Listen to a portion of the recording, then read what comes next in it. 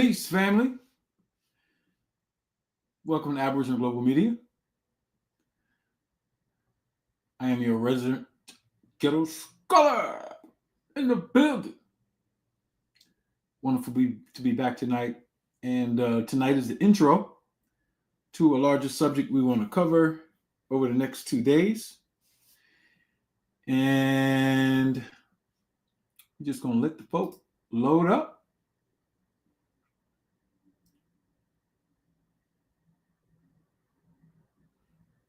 And get ready to present our information for tonight.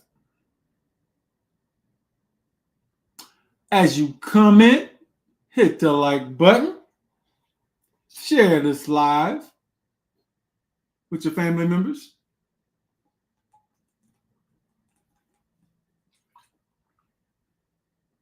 We're definitely here to bring some clarification to some things.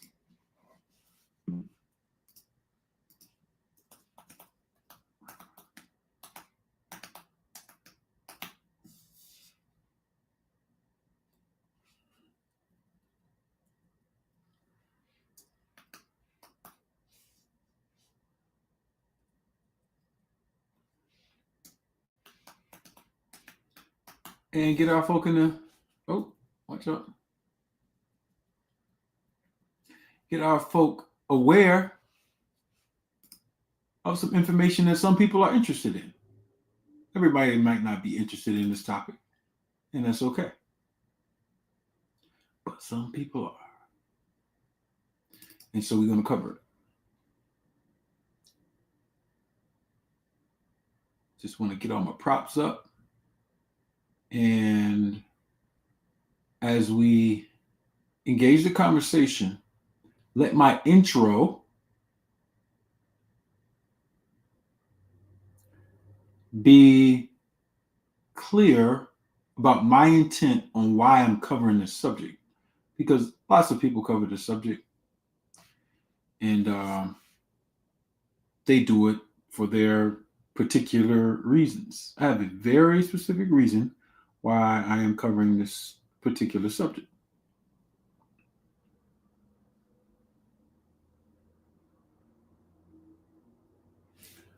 All right.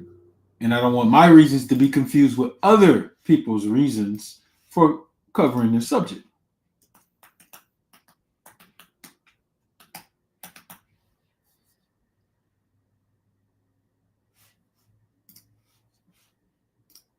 All right.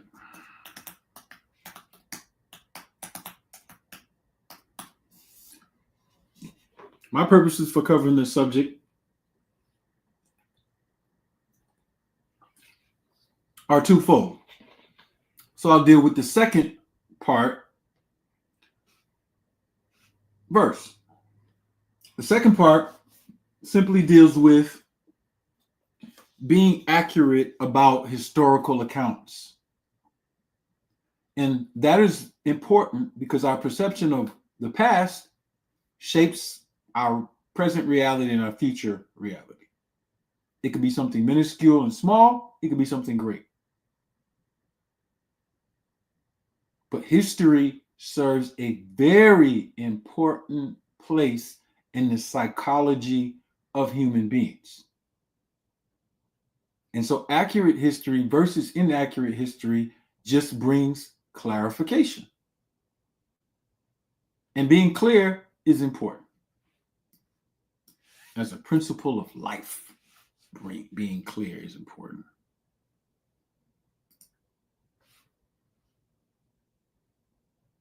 All right. The second reason I'm covering this subject is because it is an intriguing subject that has shaped the way that the United States of America has developed in the 20th and the 21st century in major ways. And it impacted my personal development.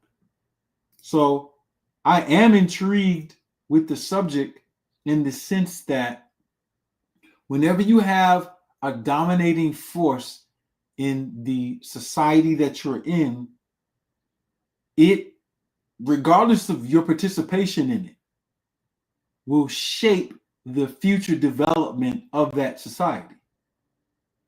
And so, as a person, me, who likes to be aware of the major drivers of social engineering, because I consider myself a social engineer, gathering data about this particular subject is actually an act of responsibility. Now, what I do in my personal capacity is address any subject in an unbiased manner. And that unbiased manner is going to show tonight. But this subject is intriguing, so intriguing. I wrote a 365-page book on the subject. And this 365-page book is the collection of the research on the subject in an unbiased manner to bring forward clarity. And so not only am I speaking on the subject, I was responsible enough to write about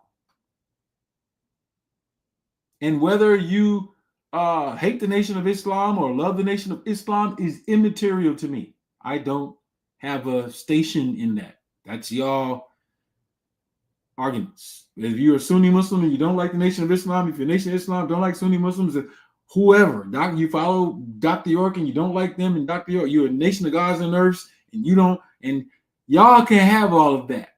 I have no participation at all in any of that back and forth. Any ideological back and forth, I have zero participation in, personally. So I am looking at the academics and history of the subject and having fun with it, like I said, because I think it's an intriguing subject. It is intriguing, all right? And so as you come in, make sure you hit that like button so you can get in on this subject. Now, if there are members of the Nation of Islam or Sunni community or anybody else, I will share the link so you can come on and make any statements or ask any questions that you want. I'll periodically do that throughout the presentation tonight. Like I said, it's going to be in 2 parts. So you can click that link right there and you can come on the platform and ask a question. I'm unbiased about you asking your question as long as you are respectful. If I say something that triggers you, it is academic findings and research. It is not a personal shot at you. Although I will address what I consider to be things that do great damage to human psychology that are obvious. But that's just me making that statement. If you want to be a part of a cult or have any cult psychology, that is your personal desire and conviction. And I'm not going to ridicule you just by making statements. The statements are for clarity.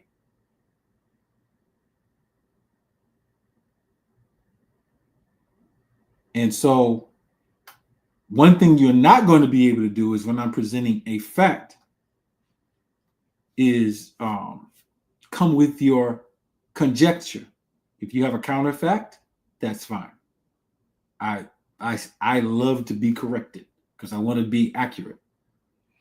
But if I present something that is against your ideology and you're upset about that, that's your problem. And so let me lay my thesis out for the night so you understand where I'm coming from, because this is the intro. Tomorrow will be more extensive. It is February the 25th, 2025 on the calendar that most people use in the environment that we're in.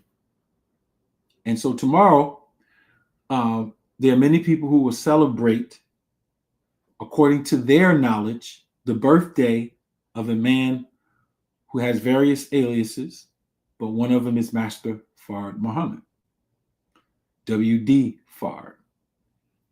And there are other names that we have reported that were used. And they call that day Savior's Day. And according to their understanding, it is the birthday of that person who taught the Honorable Elijah Muhammad, the founder of the Nation of Islam, a Black organization founded here in the United States of America for the improvement of Black Americans, and according to their ideology, the resurrection of the dead, meaning that the people are mentally dead and they needed this particular teaching to not be dead and be resurrected. And so, according to what we have in the public, that's important. If you Google it, Master Fard Muhammad came here, according to what the Nation of Islam says, in 1910. For 20 years, he was moving throughout America. And then July 4th, 1930, he founded the Nation of Islam.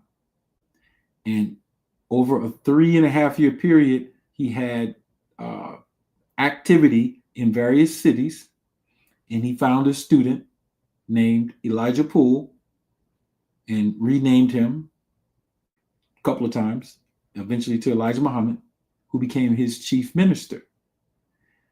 And after Master Fard Muhammad left, many varying groups were carrying on things that he taught, and Elijah Muhammad ended up being the one that was the primary one to carry out a work over about a 40-year period until he died in 1975.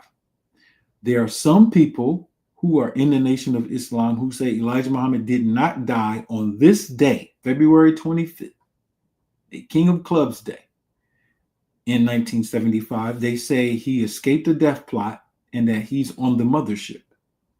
This is according to them. This is not according to me. And that the rightful successor to him is Minister Louis Farrakhan, formerly Louis Walcott, and they follow him as their leader. All right. So every year they have a Savior's Day. All right. I've been in several Savior's Days. And so that's the general theme.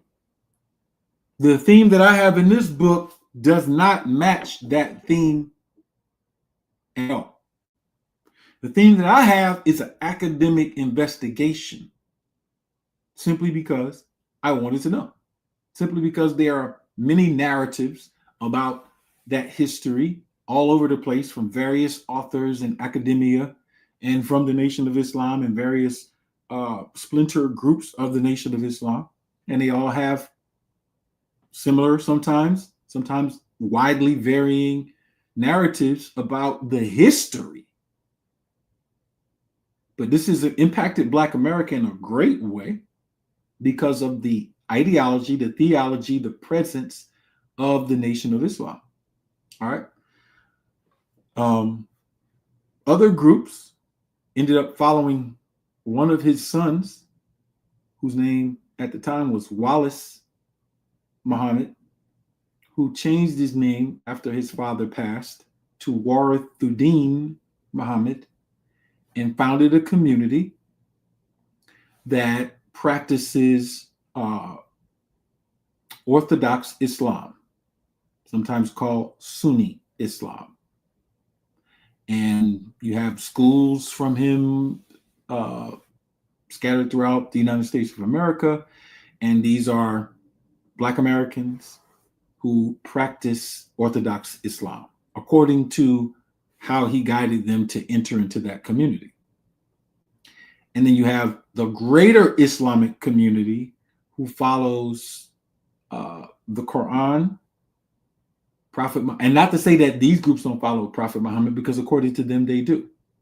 Prophet Muhammad, who they consider to be the seal of the prophets, the last prophet to humanity, and they follow Quran and Hadith, Islamic tradition, and all of that. And they're scattered. There's over 1 billion Muslims on the planet.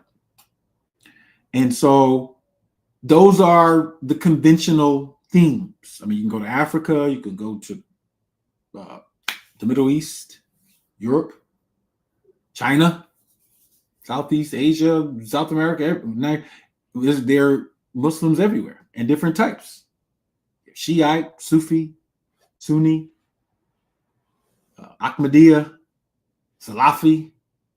They all got their little different ideological frameworks. All right. So I'm speaking into all of those veins when I'm speaking on this subject, because according to what we have been taught, Master Fard Muhammad, or W.D. Fard, was a Muslim. All right. The story that the Honorable Elijah Muhammad gave is that he was born in Mecca. His father was black. His mother was white.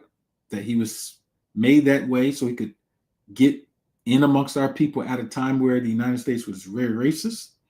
And he was a Muslim. And he came to bring what he said is our original religion back to us as a people. Whether you agree with that or not, that's just what Elijah Muhammad taught. Okay. And Elijah Muhammad had various students like Louis Farrakhan, Malcolm X, Wallace D. Muhammad, Awartha D. Muhammad, Muhammad Ali, Khalid Abdul Muhammad, lots of people. And then some of the newbies out here online, they're all students of that theology. All right. Now let's get down to my position, my personal position. My personal position is that Master Fard Muhammad, when he came to America, came with a mission. He did want to teach his version of Islam to Black Americans, and he did that. It's recorded everywhere.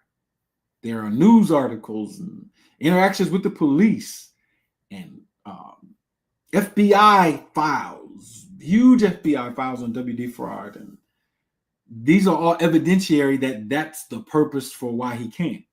He only stayed about 3.5 years doing that particular teaching, according to what the Nation of Islam says. I say it's longer.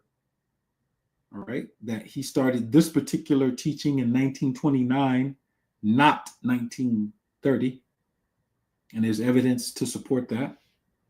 But he wasn't collecting a lot of money. He didn't make himself a big rich person or anything like that. There's no evidence of that. So he kind of just came, taught, and left. There was no other stigma there except teaching and then leaving. So when you start looking at, okay, what was his purpose? It kind of looks like what he said it was. Whether you agree with the ideology or not, that's what he did. He didn't stay here and get a lot of bank and build some magnificent empire or something like that himself. All right, others came and did that after him. So that's an interesting motive, because we have to look for a motive. The other part of this is that he's been associated with a person who is listed as Wallace Dodd Ford.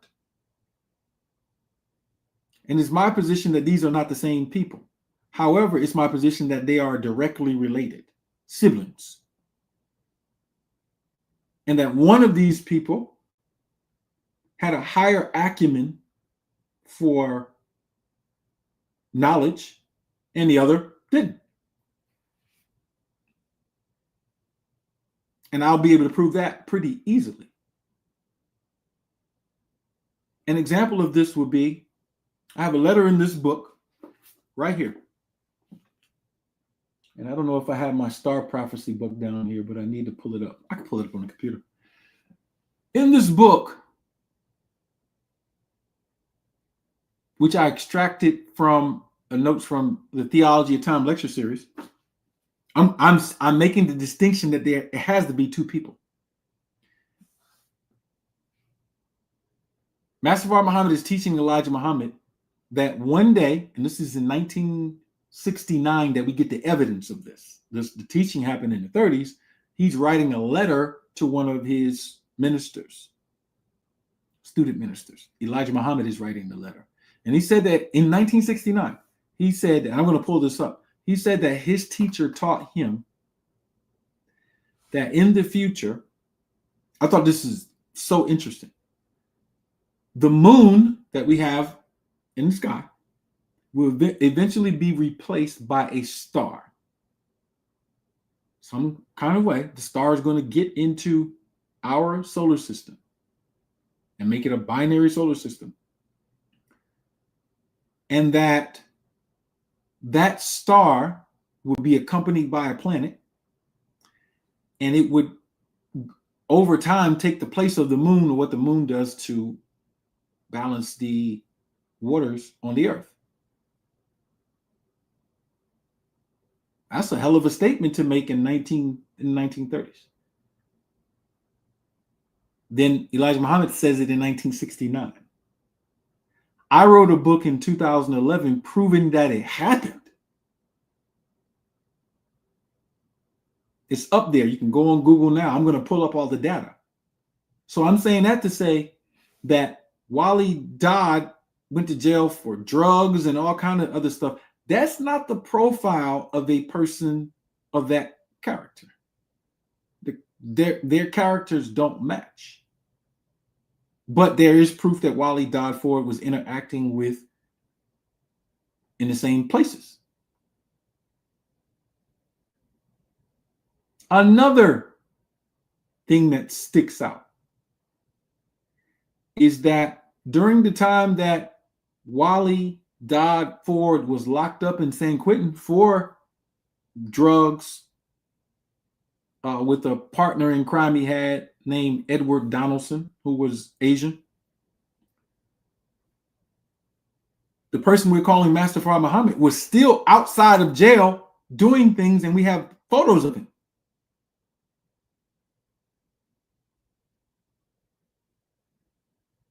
So Wali Dodd Ford went to jail from 1926 to 1929.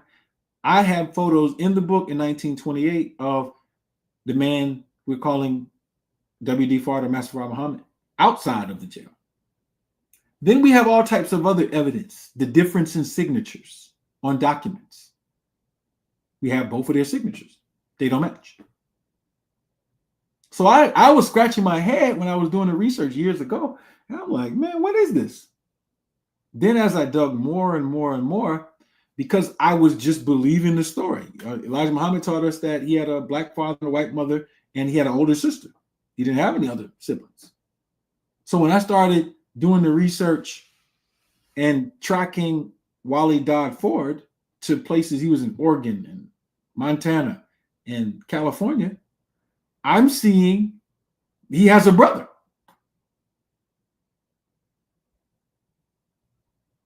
Who's living in the hotels with him and in the apartment places, and they were tamale vendors and doing things. But then I'm starting to find out his brother in the early 1900s was doing radical things in California with the UNIA and other things. I'm like, okay, well, this is an interesting story, because I've seen the narrative that says W.D. Fard, Wali Dodd Ford, Master Fard Muhammad, they're all the same people. I've seen those. I read those, and those are the opinions of the writers, but it doesn't stand up to investigation.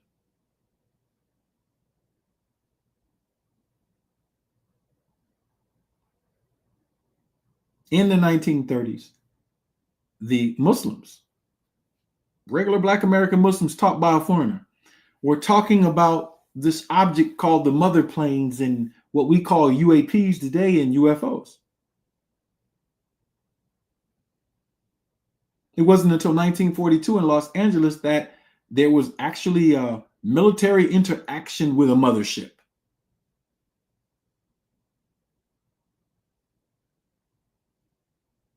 Academic things popping up. Flinders Petrie, one of the early Egyptologists, was the first to put out his book detailing the Hyksos reign, The Making of Egypt, 1937. And he said that the Hyksos had a god named Yakub. That book was published in 1937. That teaching had been around already for 7 years. So my thought process is like, would a person who is getting locked up for drugs in California be studying anything related to hieroglyphics to be able to talk about a Yakub that's in Egyptology that's just forming?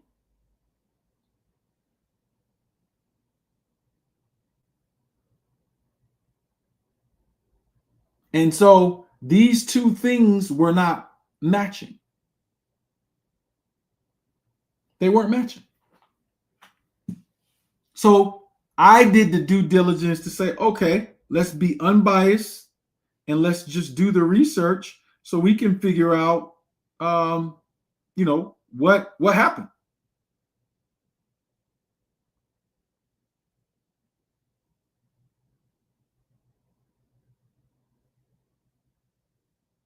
All right. So somebody's asking me, why did you remove the live about Bean Pie El Muhammad? So I'm going to show you what happened. I didn't remove nothing. Y'all know what happens. Y'all know what happens when I get up in these YouTube streets. People report the videos. So let me show you what happened.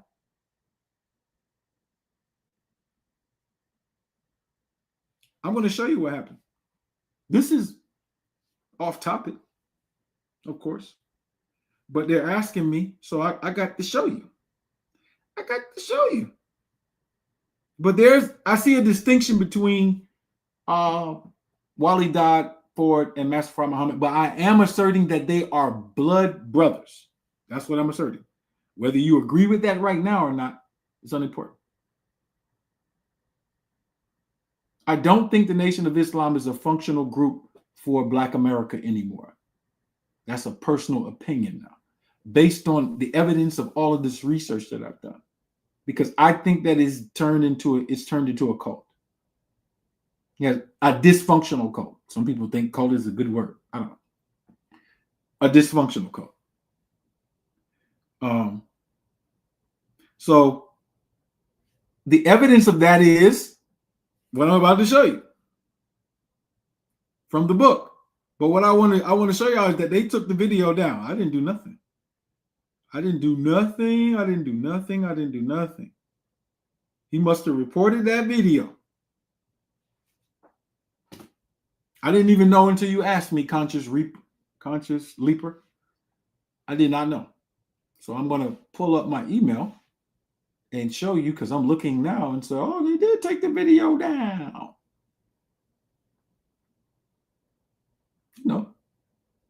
You know, they had this snitch. But look, the beautiful thing about it is I still have the video.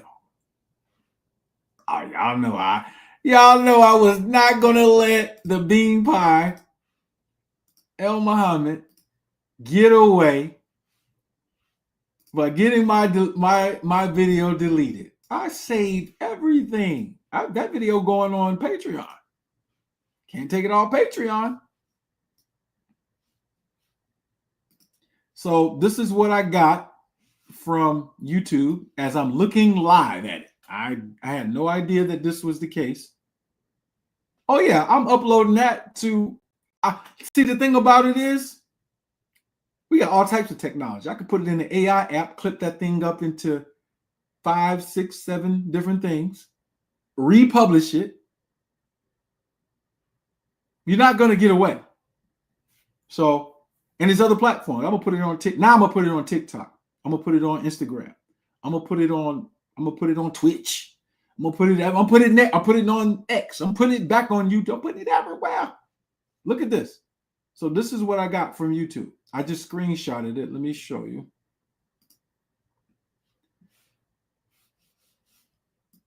This is what I got.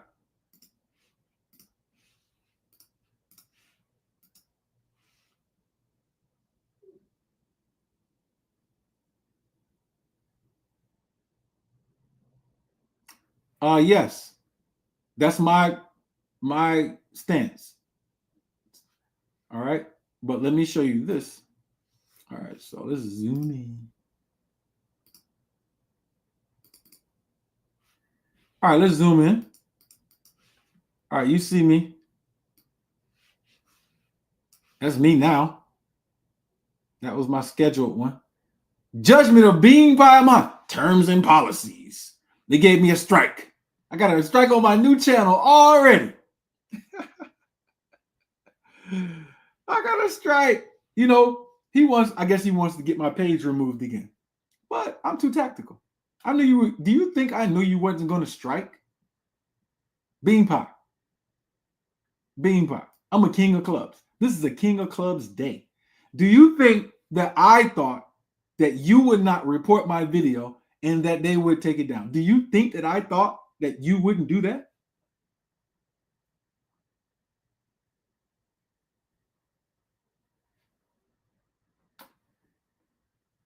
Okay, so yeah, Wally D.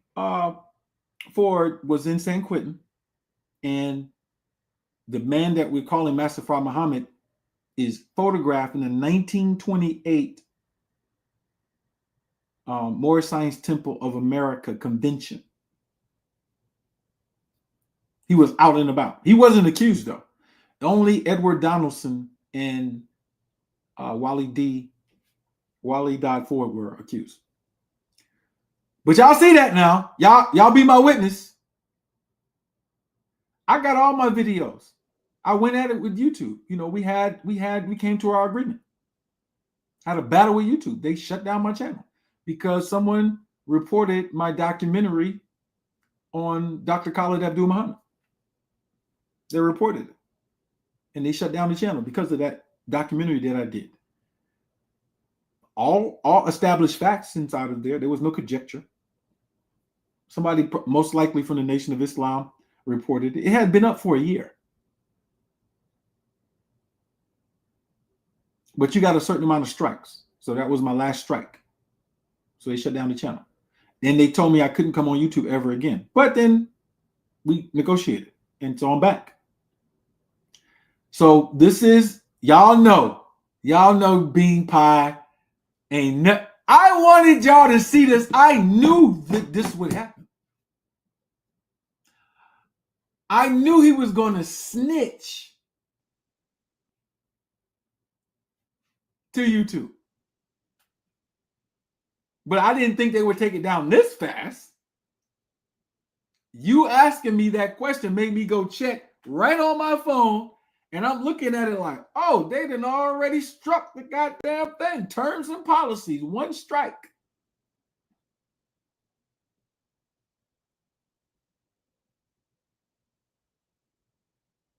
So y'all see how Bean Pie El Muhammad moved. The box truck mayor. I'm going to leave it alone because I already did my job. I got the video, though. Oh, do I have the video? Oh, do I? Y'all want me to prove I got the video? Y'all want me to prove it? Y'all want to see the proof? I know he's gonna probably watch this, so let me show you the proof. I can't even show you the proof right now, but I got all 2 hours and 37 minutes of it.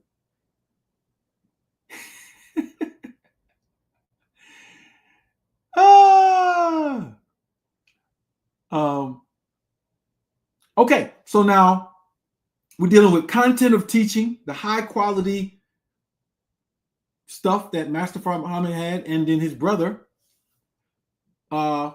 being, sometimes you got a good one in the family, sometimes you got a bad one. So he came here in 1904. I have the proof that Master Fard Muhammad came in 1904 on an SS Tremont, and then he sent for his brother in 1908,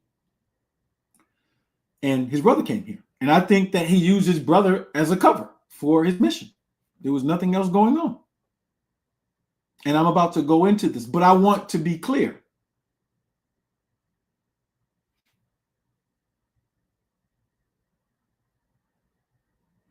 Bean Pie said you beat your woman to a pulp and the nation punished you for it. The nation never punished me for anything. I have 0 violations in the Nation of Islam.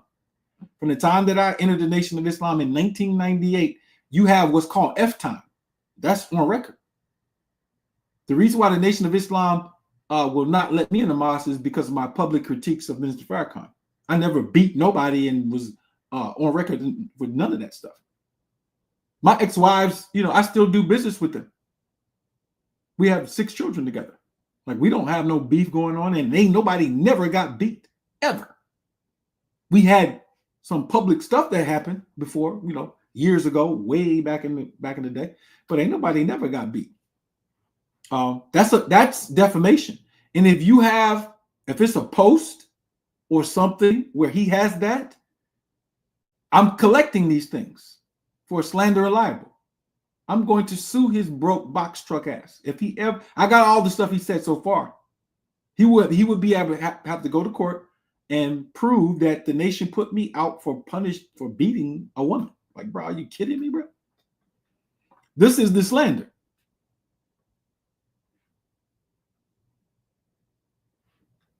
All right, somebody say, where did Master Fard Muhammad go when he disappeared? I have no idea.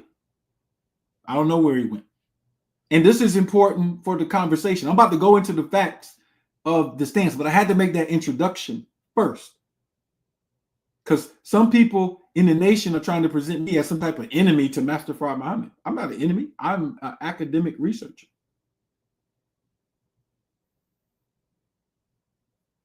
Yes, they met his brother. First of all, they didn't know the difference between him and his brother. They didn't. So somebody's asking, Brother Yogi's asking, do we have his actual birthday? No, we don't. But I'm about to prove that his birthday was not February 26th. I'm about to prove that. Let's start there, because they're thinking tomorrow is Savior's Day. And here's the thing that we need to be cognizant of. I don't think he wanted us to know his birthday. Honestly. Because if he would, he would just gave us his birthday, and it would have been an accurate birthday. We could have been verified. I don't think he wanted us to know his birthday. I don't think he wanted us worshiping him as a savior. The reality is your birthday is Savior's Day. Now, this is just me saying that ideologically, but I mean, who else is going to save your black ass? Who else is going to save you? Ain't nobody about to save you. Ain't nobody about to save you. Let me prove that February 26th is not, I repeat, is not Master Fard Muhammad's birthday. Let me prove it. All right. Let's start there, because now we have to get out of cult psychology. What's going to help us is data. So this is Edward Donaldson. Let me show you the guy who Wally D. Ford got locked up with. And you can see the articles. All this is in my book. Let's prove that point first, because we got to kill the cult worship. All right, so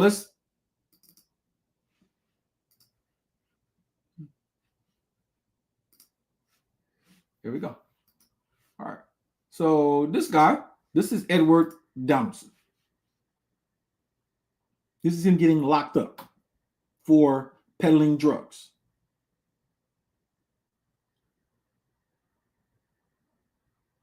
Yeah, hit that like button. Hit that like button. The book, the interview from Hatim Sahib is in the public domain. You can Google it and download it. It's on the internet. I have that interview in full in this book. It's in the public domain now, so you can get that interview. You can get all that interview. That interview is very important details. So this is Edward Donaldson. This is the guy who got locked up with Wally D. Ford. I'm going to tell you what these names mean too. Ford comes from, it was used strategically. This is associated with the Tirthan Karas. everything that he instructed his brother to do and he did, I just got to say what it appears to be. It appears to be coded movements. And I don't want to stick on that too far. I want to stick to the data. But everything that he had around him had a meaning. And if you look at it, you can see he was a different type of teacher. And the Honorable Elijah Muhammad had said that everything he taught me had like, it was never direct. He always had like a coded way of speech. All right, so this is Edward Donaldson. And let me give the context to him. Let's pull up the article. And let's also prove that Savior's Day is not February 26th. All right, let's get this article when they got locked up.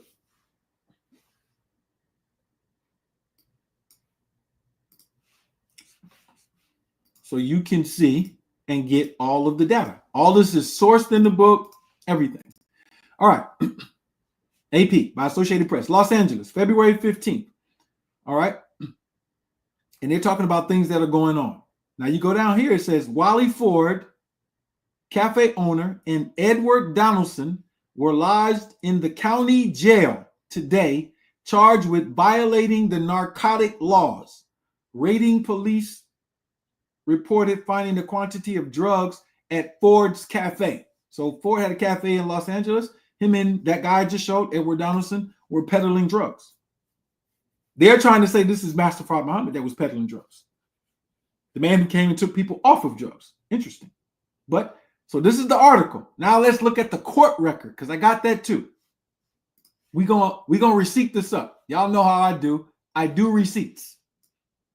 I don't do slander. I don't do libel. I do receipts.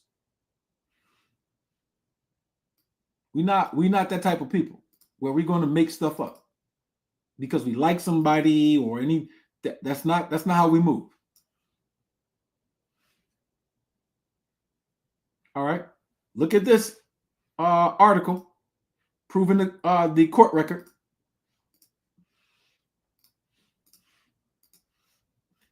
All right. 27239 in the Superior Court of the State of California. Let's zoom in. And for the County of Los Angeles, Edward Donaldson and Wally D. Ford. And they got the defendants here, special counsel. They had attorneys, J.J. Jerome for Donaldson, and this person, Perkins, for Ford. All right.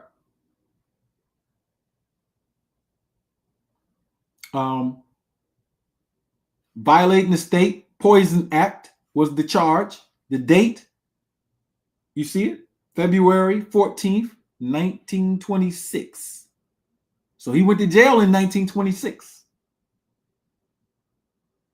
But here is the banger. Here is the banger. Y'all want to see Edward Donaldson's birthday? The man who went to jail. Y'all want to see his birthday? Y'all want to see his birthday? I didn't make this up. This is on the record. This is his draft registration card. Eddie Donaldson, same guy. Look at his birthday. Y'all want to see his birthday? Y'all talking about Savior's Day. Y'all celebrating the narcotic Asian's birthday. This is not Master Fard Muhammad's birthday. This is the draft registration card of Eddie Donaldson. You can see Los Angeles, California. This is when he was 18. February 26, 1900.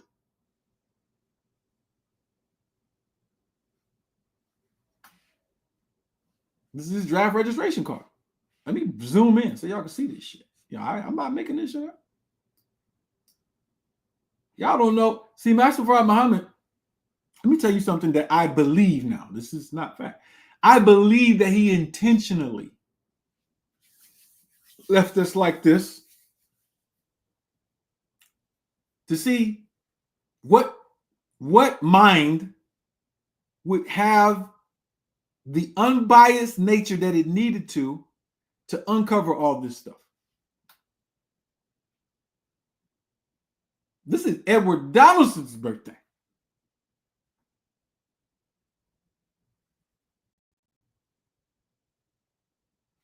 It don't matter where the year 1877 came from. It came from Elijah Muhammad believing what somebody told him. Just like the Honorable Elijah Muhammad said, he didn't know what the D in WD Fard stands for. We know now. It stands for Dad, which is an Afghani term like we use, like Baba. It means father. WD Fard was Dad, D-A-D, not D-O-D-D. Ford is, let me show you what this stuff is. Hey, this is evidence. You can look this up. Ain't nobody going to sit here and say I'm making up. They're about to celebrate Edward Donaldson's birthday tomorrow.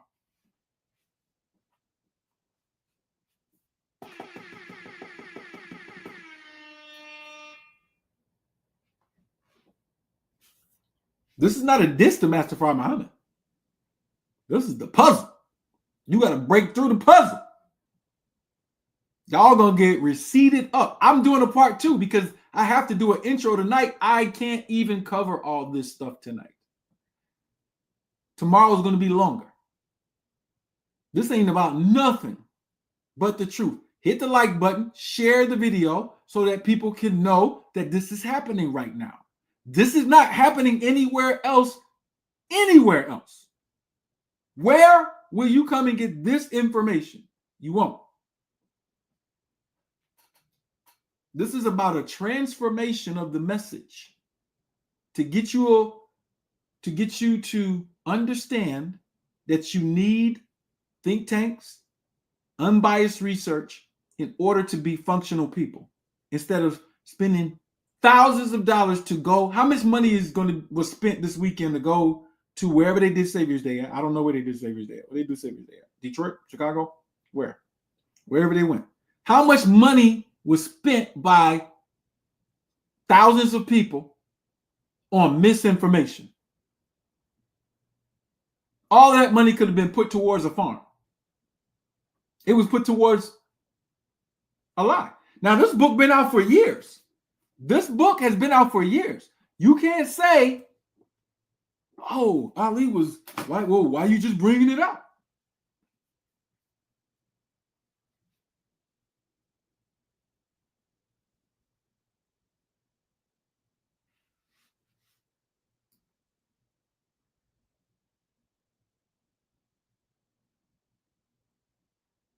You just got to read.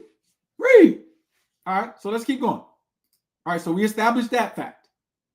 February 26th is not Master Fard Muhammad's birthday. That's Edward Donaldson's birthday. Let's keep going.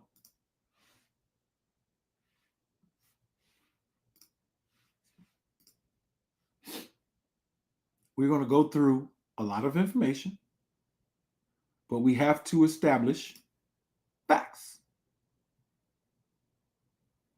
We have to establish facts. Not beliefs. Facts. So, let's go with Dodd when he got locked up. What was the date?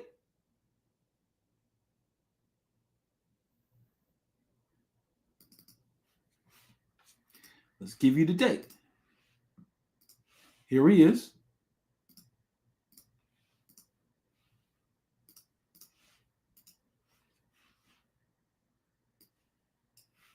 Now notice, just notice all of these details I'm going to give you. Because they're going to trick you online and try to say, oh yeah, they're saying they got the same mode. No, they don't. One person has a mode, one doesn't. All right, so this is Dodd. After he got in there, you see the mole right there on the left side of his face. He's listed as being from Oregon. This is June 12th, 1926.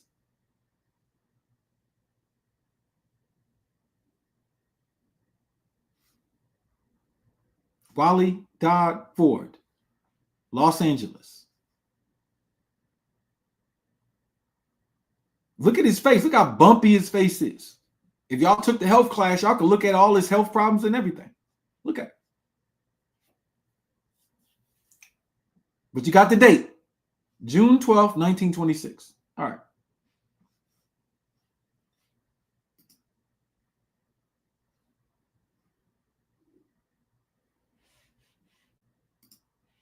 The ideology don't matter. Let me tell you that. See, this is important because this is where black people get caught up because y'all stuck on ideology. And that's your personal conviction. I don't care. Right? Whether he's a prophet or savior or a lying person. What does that matter? Let's say you say, okay, he's not. Well, who is Allah then? You can't prove what or who Allah is anyway, except through belief until you get some science.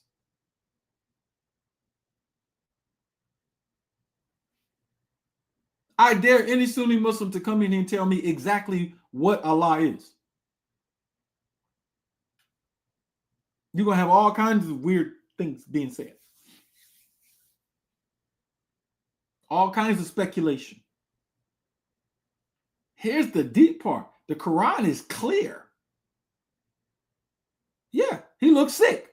He looks sick. Let me show you the difference in these things. Now, we just walking this through now. We warming ourselves up to this conversation. But we going to warm up right. We going to warm up right. So we already got our preliminary facts laid out. We're getting more, though. We're going to get some more. We're going to get some more.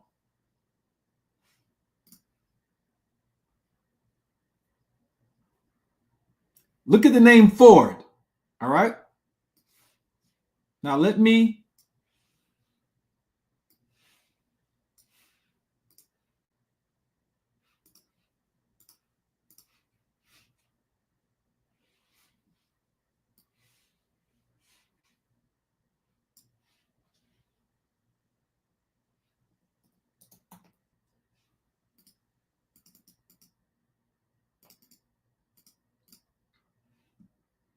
hold on one second.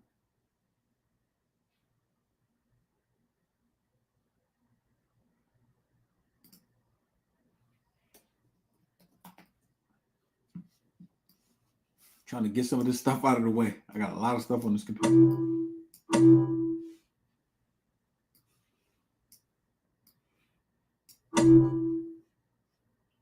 All right, there we go. Let's keep it clean. Let's keep it clean. Now let's look at the names even used, like Ford. What does Ford actually mean? Watch this. This is where it gets interesting. I don't want to stay in this lane, right? But I do want to touch on this. This is you need to hear this. That's all I'm going to say. You need to hear this. Because once we start getting the names down and everything down, come on now. There we go.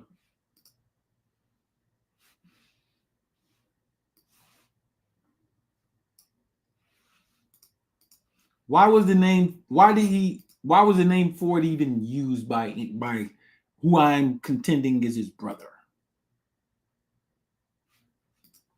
Why would they even do that?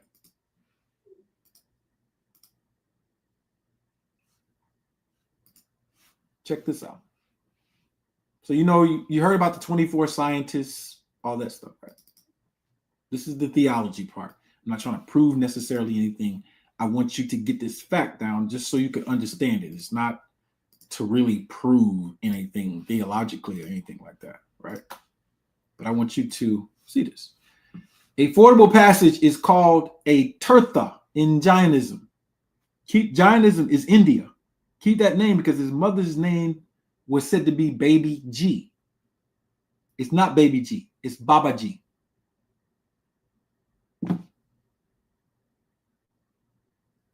And I got documents to prove it. Just give me a moment. And the founder of the Tirtha is called a Tirthankara. Tirthankara translates to Ford Maker or teaching God. In Jainism, a Tirtha is a fordable passage across a samsara, the ocean of repeated births and deaths. A Tirthankara is the founder of a Tirtha and is considered to be a ford maker or teaching God. They're also known as crossing makers and makers of the river. The term Tirthankara refers to the founder of a Tirtha, which is a fordable passage across samsara, the ocean of the interminable births and deaths. Interesting. Just interesting. Now watch this. Look at the Tirthankara. Look at them. How many are there? 24. This is it. 1, 2, 3, 4, 5, 6 times 4. 24 Tirthankaras. This is where you get 24 scientists from. Now, why was that given? I'm showing you academically the origin of the theology so you can put it together about where he came from, because he wasn't from Mecca. He did not come from Mecca. You don't get the word Shabazz in Mecca. The word Shabazz comes from the areas we know of as Pakistan and Afghanistan, which at the time was British India. So you had the Hindus and the Jainism in that area, and his mother was Indian. I'm going to prove that. Just follow me. Follow me for a second. Follow me. Follow me. All right, so now let's do a little experiment. Let's look up the word that I'm about to show you. I'm about to show you his parents' names.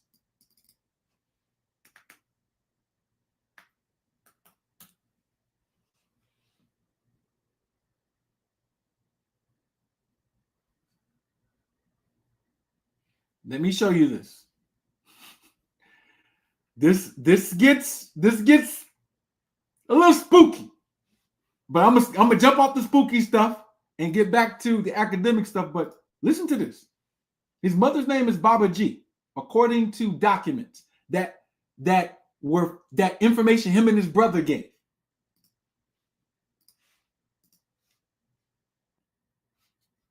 What does Baba G mean? Great avatar. Great avatar.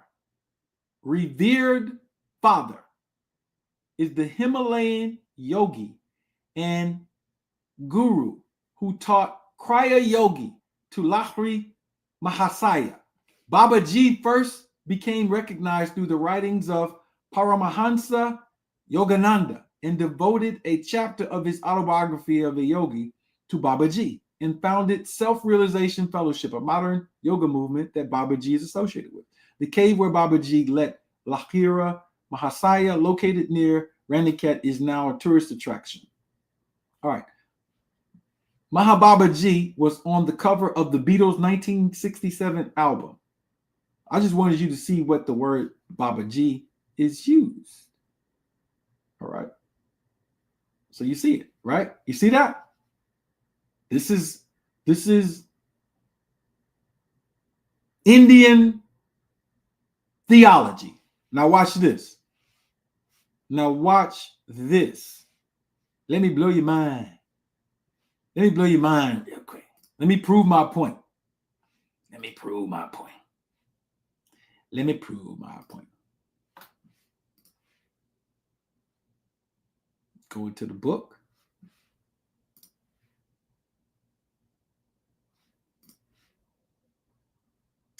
Let me prove my point. Y'all ain't about to listen. See, y'all, how can I put this? I'm showing you how to do an investigation. That's what I'm showing you. What areas to look and how to look. And there's a reason why you should do the investigation like I'm doing it. Because it's going to be unbiased It's going to tell you where the theology, you're going to start getting geography. Then you can put a puzzle together. That's what I'm showing you how to do. Give me a moment. Just give me a moment.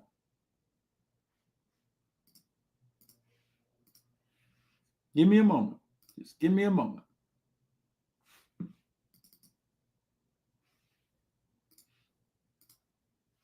So what I don't even think their parents' name was this, but I think this is some type of coded message again. But suffice it to say, Wally Dodd Ford had, under that name, had 3 wives. Pearl Allen, who was a Native American, the first one, all right, 1914. Hazel Barton, 1919, and Carmen Trevino, 1924. Carmen Trevino was Mexican. Where did they say that he went after he left? That wasn't Master Fard Muhammad. That was his brother who went to Mexico and wrote him a letter from Mexico. He was married to a Mexican. I'm about to show you.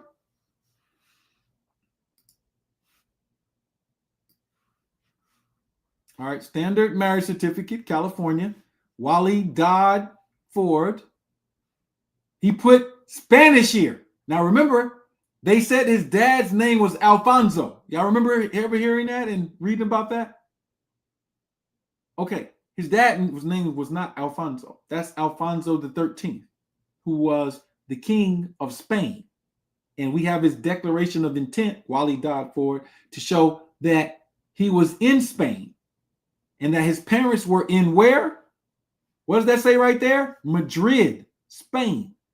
This is important because there was a secret sect of Shia Muslims in Lisbon and on that peninsula in Spain, or Portugal. Portugal is just like a little piece in Spain.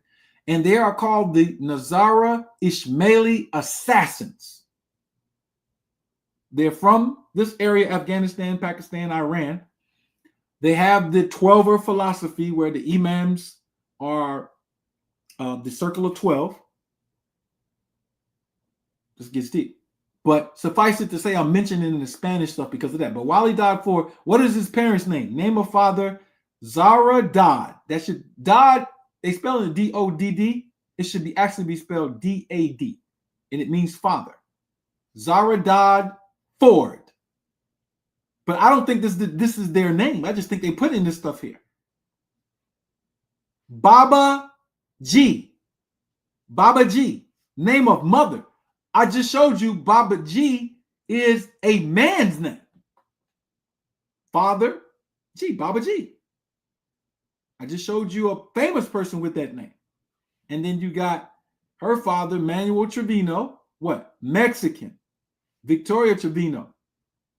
They're all Mexican. Mexico. Carmen Trevino. So this explains a lot. This explains why Dodd was in Mexico.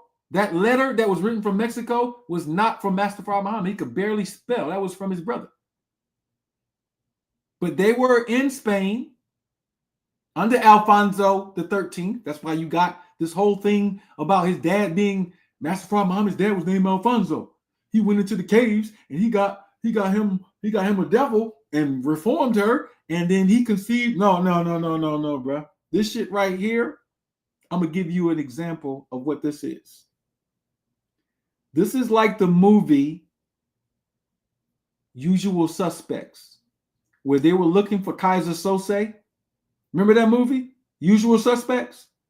And they were looking for Kaiser Sose.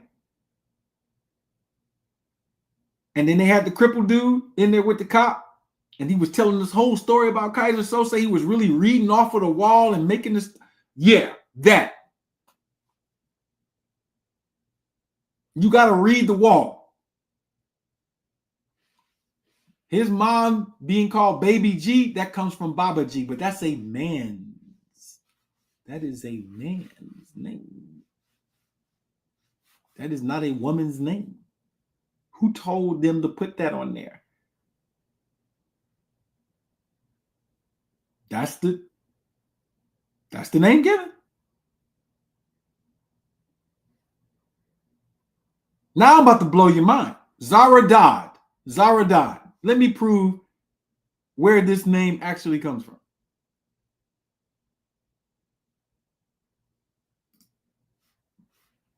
Let me prove it. Oh, I don't want to prove it from there. I want to prove it from the book. Revelations of the Matthew. All right. Give me a moment. Let me prove where the book, oh man. See, now this, what the hell is going on with this?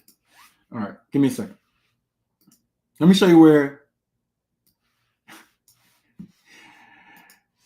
Let me show you how he was moving with leaving receipts certain where you got to be a certain type of student to even know to look this shit up.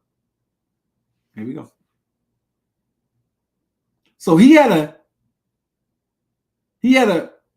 list of names for the 24 scientists in this letter from June 13th, 1952. The names of the 24 scientists, according to Elijah Muhammad being given this by Master Farah Muhammad. I want you to see the names of them, though. The Tirthankara. Watch this. This is going to blow your mind. So his dad's name is Zara Dai, right? Which means Father Zara.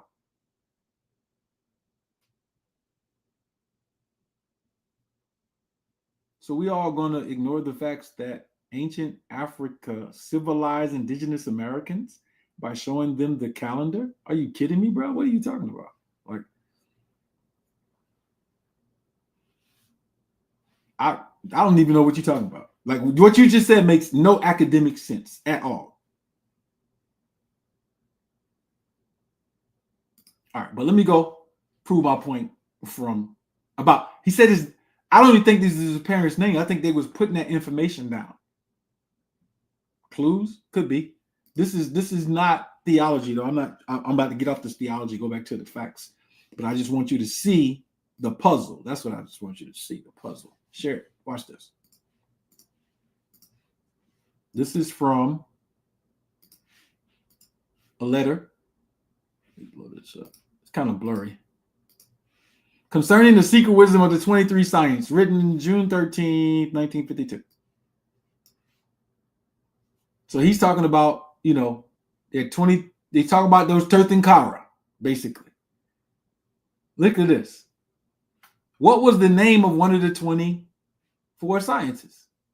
Zara, according to what he was taught by Master Farah Muhammad. Now, this is important to tell you where he came from. He was not from Mecca. Zara died. Shabazz, all of that. Where do you get those names from? I'm about to show you. About to show you where you get the names from. We ain't got to speculate. We ain't got to speculate.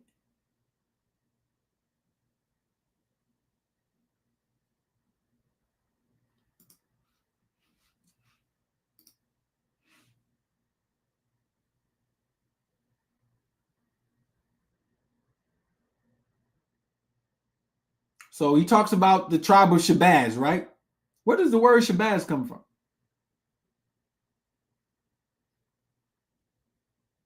You see this right here? This is called the Shabazz bird, but it's from Persia.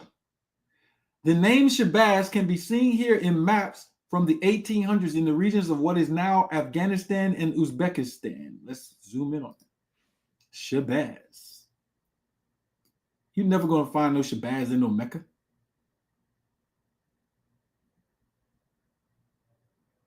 Look at these maps.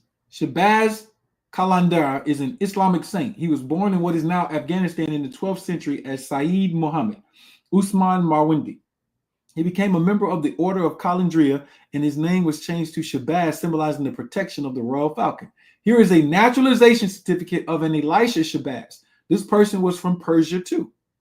So this is 1911. Look where they're from. Persia. Shabazz. Absalom Shabazz was an author from Persia who wrote the book Muhammad the Last Prophet in the year 1900. He was a Christian. There's a Christian named Absalom Shabazz.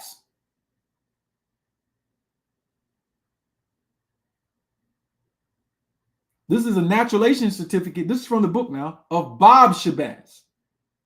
United States of America. Where is he from? Persia. What's his name? Shabazz.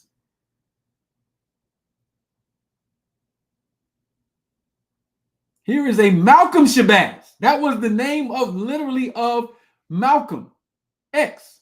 Malcolm X's name is Malcolm Shabazz before he changed it to El Hajj, El Malik, El Shabazz. But check it out. This Malcolm Shabazz, which is from the Far East, was born on October 16th, which is the day of the Million Man March. I can't make this shit up. Shabazz. July 23rd, 1918.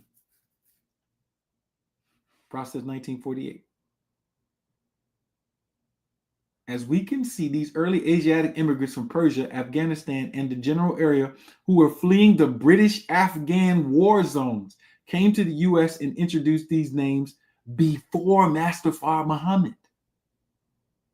Before Master Fard Muhammad came here, there were Afghanis coming here with the name Shabazz. You will never find a Shabazz in Arabia, Mecca, Medina, Palestine. None of those places. This name specifically comes from a specific space. I'm saying this because tomorrow I'm going to show you what ships he got on to get here and what his name was when he got here and where the Dad comes from. The messenger said he didn't know what the D stood for. It stood for Dad. That is an Afghani name. Y'all want to go further? Y'all want to go further? All right, let's go further. We're not gonna let nobody get away. Who is this? This is Yugan Ali, the first minister of Master Fard Muhammad. Yugan Ali said in 1932 that he had been teaching since 1929. This is the fez that you see when you see the brothers with Kalat standing in the front, and they got the fez with the crescent and the star on it. They used to wear these tarbushes. Actually, it's just a tarbush or slight fez with the crescent and the star on it. The original FOI wore fezes in 1929. In 1929, what's the name was still locked up. Wally Dodd Ford was still in San Quentin. This is Yugan Ali. He was the second minister of Fard before Elijah. After the Robert Harris incident, the Robert Harris incident took place in 1932. Yugan Ali disappears. We have two photos of Yugan Ali. Here is one with him wearing the first fezes or tarbushes. Now look at this. This is Yugan Ali's registration card, 1942. What did he put as his place of birth? Afghanistan. God damn it.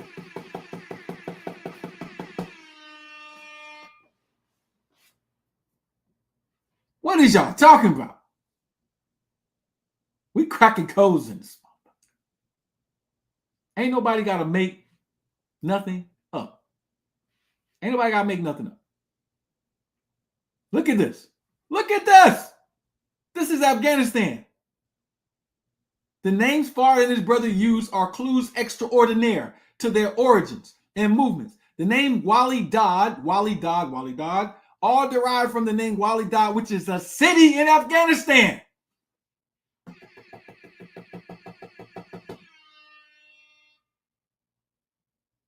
Y'all want me to blow this shit up? What are y'all talking about? I'm about to get to all the other stuff too, the way more interesting stuff. Hold on. Look at that. Shabazz, Wali Dad. This all comes from Afghanistan. His first students. Check them out. First students. My bad. Go back. Yugan Ali said he was from Afghanistan. Who told him that? Who told? He didn't say Mecca. He didn't say Mecca.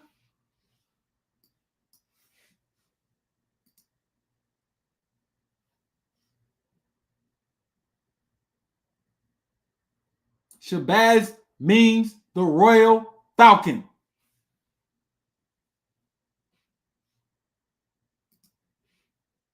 Shabazz means the royal falcon. The phoenix. The symbolic bird that rises from the ashes. Resurrection. Master Fard Muhammad was not born on February 26th. Edward Donaldson was. Master Fard Muhammad was not from Mecca. He came from the Afghani-Pakistani region where British India there had been the war. There was a war there, and people were fleeing. The name Shabazz comes from that area. The name Wali Dad comes from that area. His mother's name, according to what they put on documents, is Baba G. That is Jainism, where you have the Tirthankara, the 24 Tirthankara, which means Ford maker. Hey, look, I'm a king of clubs, so I put stuff in code. Like I know how to write in code. So when I see a mind that's doing it, I know that they're way smarter than the people who are around. And I know that they know that the people who are around are not going to decipher it. It's going to take other people who think differently to decipher it. But for the facts of the record, tomorrow is not Master Fard Muhammad's birthday. It's Edward Donaldson.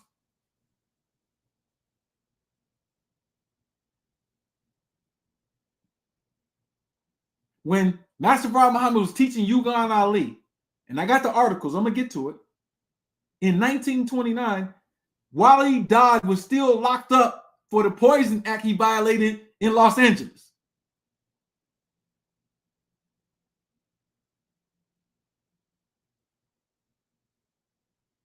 Oh, we're not done. Because now we got to get you Sunni Muslims. Because y'all say, well, Master Fard Muhammad, he was a drug dealer and he didn't teach Quran to the people. Oh, really? Oh, really? Oh, really? Y'all about to be in trouble. Y'all about to be in trouble. Let's just go here. Let's go here. We got both signatures. Matter of fact, look. These are letters for Master Fard Muhammad. This is his original signature. They have these documents in Detroit. They have a museum dedicated toward this. Look at the two names. This is the draft card of his brother. This is him. Look at the F. Look at the D. This is not the same. Look how he writes the W. It's not the same. He's not the same person. Got different handwriting going on here. I looked at everything. That's what I'm trying to show you. But let me go to my point. They say in Sunni Islam, the black man teaching about the black man being God is shirk. But in this surah, according to your Quran, Allah tells the Mala'ikat to make sujood to this black man after he breathed his ruach into the black man. And then he calls him Khalifa, one who stands in the place of God. I'm going to pull the surah up and go word for word Quran with you. Walakad kalakna al insana min sasilin min hama masnun. And certainly we formed the human being from an illuminating black substance. Masnun is where you get the word mason from. Masnun means to create, to build. Mason, build. This is just it with a suffix on it. The root word is MSN. Mason comes from the Quran. The word mason is a Quranic word that means to build something. Hama is the word for carbon, black. Kama. This is not a H. Hama, it's Kama, like Kemet, Kim, Kam. The children of Ham, black. Salsaline is being translated from clay, but it means something that's illuminated. So the white man being the devil and the black man being God is in the Quran. I'm not saying it's true. I'm not saying it's false. I'm just saying that Master Fard's Muhammad's theology is closer to the Quran than the Sunnis. Isn't that interesting? And then where did he get this ideology from? Since they're not teaching it. Whoever wrote the Quran. Who wrote the Quran? Abd al-Malik and the Umayyad. The black Egyptians who was fighting the Romans and the Sasanians. All the history that I put in a 436-page dissertation on the lost pages of Islam, academically, not theologically. I'm not talking theologically. Whether you believe it or not is not the point. The question is it there? Is it there? So let's answer the question. Look, if you white in the audience, I'm not calling you a devil. I'm just saying Elijah Muhammad said it, and I'm saying that where did they get it from? It's a theology. Where did they get it from? Most of the Islamic world attacks the message of the Honorable Elijah Muhammad on this point, saying it's not original Islam. My contention here is not to at first agree or disagree. It's to analyze the ayah of the Quran to see if there's linguistically in any manner. My contention is that it is, and so before I show it, I'll show you what exactly the Nation of Islam taught. What did they teach? This is quotes from him, from Elijah Muhammad. We cannot hope for justice from the devils, when by nature there is none in them. What does he mean by nature? This can be considered a new Islam to most, or just new or not Islam. Yet, let's take a look at how the Quran discusses the nature of anything. That's from Our Savior Has Arrived, those quotes. So what the word for nature in Islam is fitra. So it says, Fakim wachaka lidina hanifun fitrata Allah. Right here. Fitra. It means nature.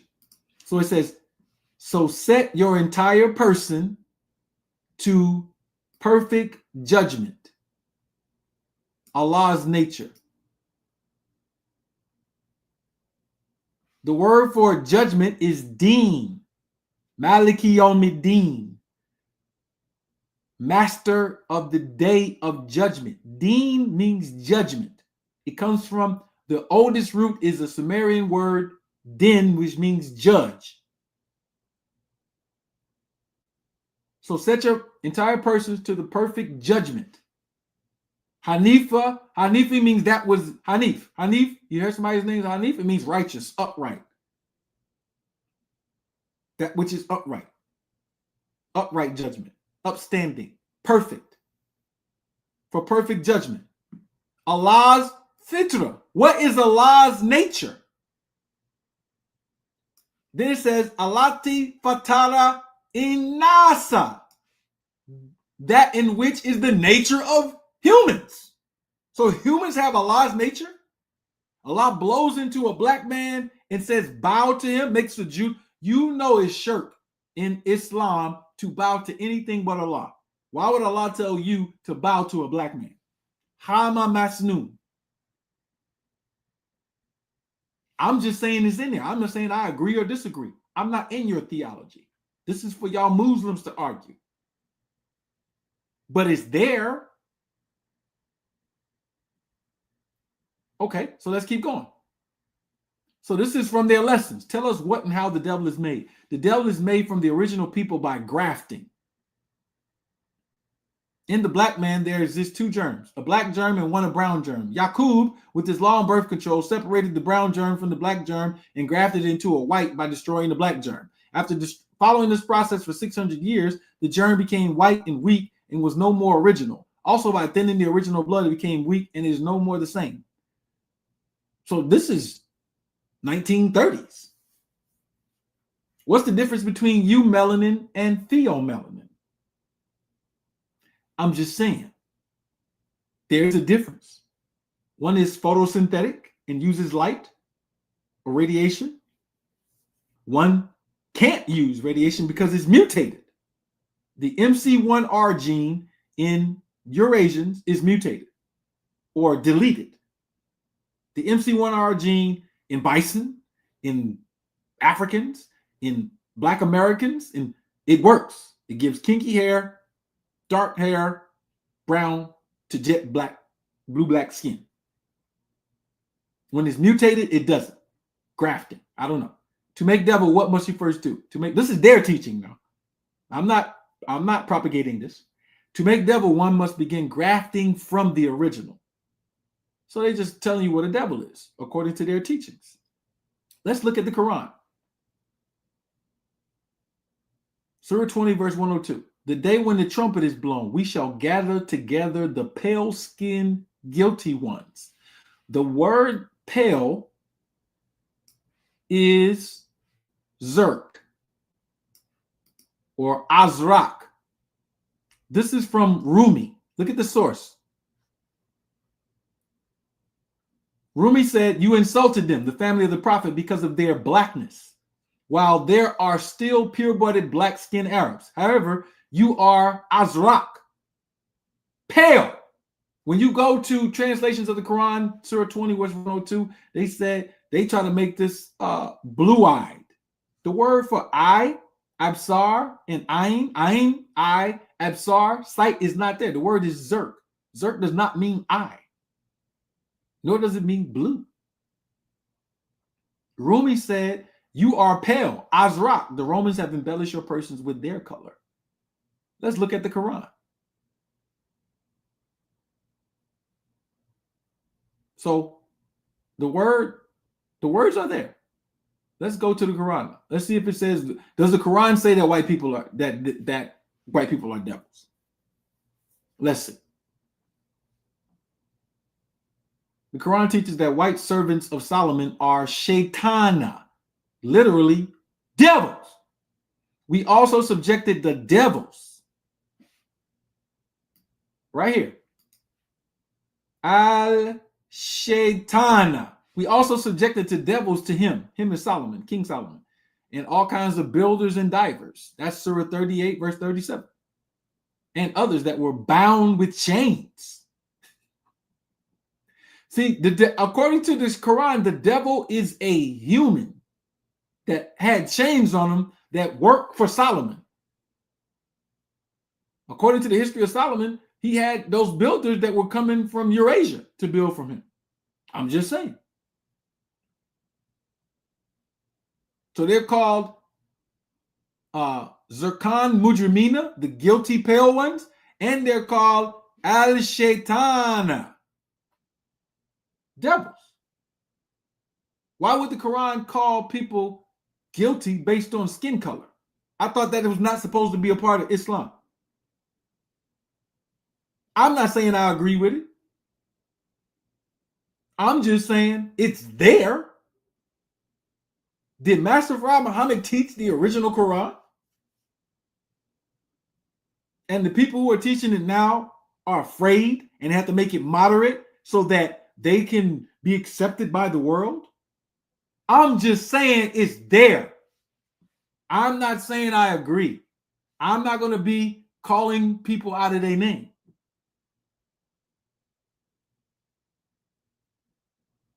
Listen, y'all can talk about all that. I don't agree with Shabazz making kinky hair. I think that's scientifically illiterate. I'm just asking this particular question about the origins of Master Farah Muhammad's theology. Where did he get it from? Tirthankara. His mama's name is Baba G, Indian name. His dad, according to what they said, is Zaradad, which he said was one of the 24 sciences.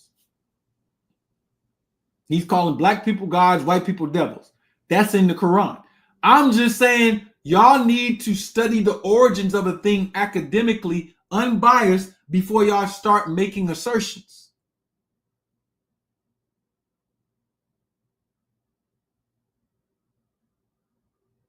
That's all I'm saying. So when Sunnis come to you and say, well, the Nation of Islam is not Muslims, technically, and I'm not in none of this. I'm way out of, I'm in Army. We got our own indigenous system.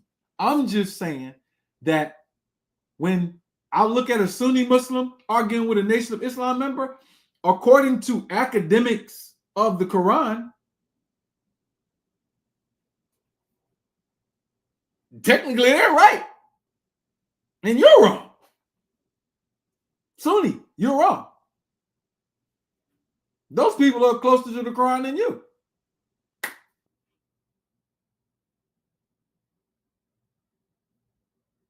That's just something to think about.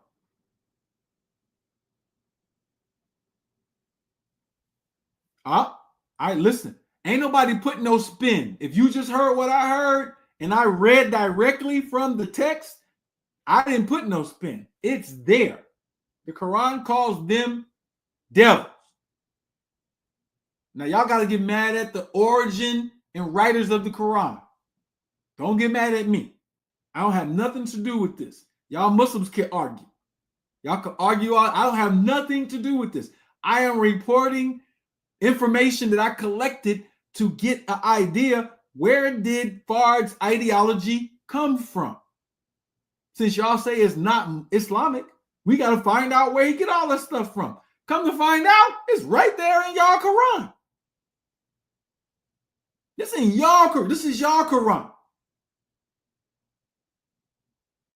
Don't get mad at me.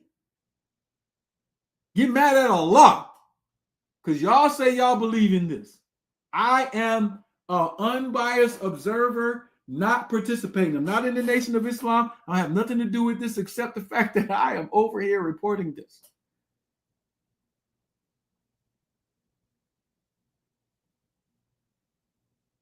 Y'all got to deal with this. Y'all can argue this back and forth and debate about it. I'm neutral, a referee presenting where did Fard get all this information from.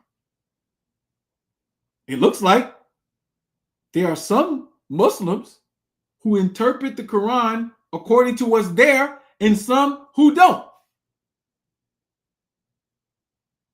And Fard appears to be one of the ones who interprets it for what it is. Let's keep going. Because y'all, see, I don't like when people are disingenuous and wrong. Y'all said Yakub was made up. I'm not saying it was made up. I'm not saying it wasn't made up. I'm about to read, though, from evidence. Some people just dismiss the idea of teaching of Yakub as a myth. In 1937, renowned Egyptologist produced the book, The Making of Egypt. In it, he provided epigraphy showing the Hyksos had a god named Yakub. This was 6 years after this information has been taught by Master Farad Muhammad to Elijah Muhammad.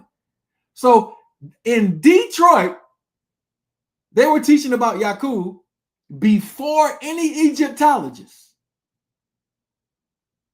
And in this book by Flinders Petrie, that was wrote in 1937, you can see from these, you got pharaohs with the name Yakub. And let's read what he says. Number 58, Scarab of Simquin, Prince of the Desert. Number 59, Scarab of Kayan, Prince of the Desert. Number 60 through 63, Scarabs of Kayan, Yakub, Arhu, and Yakub, Her, including the name of a god, Yakub or Jacob. Wait a minute. Whoa. The Hyksos had a god named Yakub, and y'all say Master Farad Muhammad made up his teaching, but y'all believe in all of this Kemetic Egyptian pyramid head history that all these Egyptologists gave to you, and Master Farad Muhammad was saying it in 1930 when none of y'all knew that this was here? Even the Egyptologists didn't know it was there. Hey, look, I'm just gonna have to give y'all gonna have to stop. Y'all gonna have to go back, and everybody who argues this stuff is gonna have to renegotiate their arguments. Something ain't right. Something ain't right. Then y'all say, I got my lessons in here.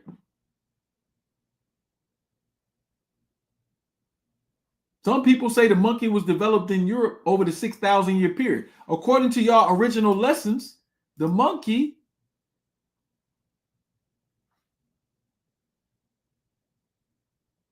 now, I'm not saying this is correct or incorrect. For instance, when it says light travels at 186,000 miles per second, I don't believe that light travels at all.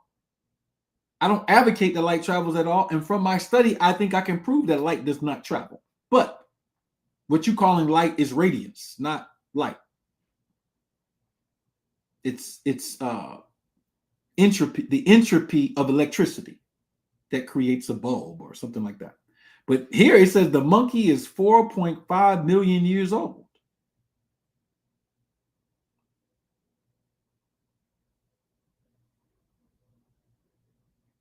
So I ain't gonna tell you where I got this from yet. Get the book.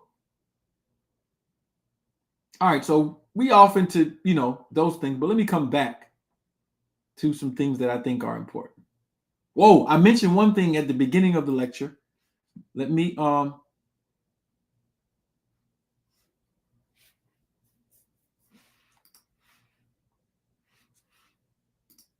correct some things. Y'all remember Charles Poole? This is the little brother of Elijah. And he was the one that was in the Moorish Science temple. Him and his father got taught by Abdul Muhammad, who was the first teacher that Master Fard Muhammad raised as a minister. And his name was Thomas Brown, also Brown L. of Temple number 8 of Pine Bluff, Arkansas. So the first teacher that Master Fard Muhammad raised, he got out of the Moorish Science temple in the 1920s.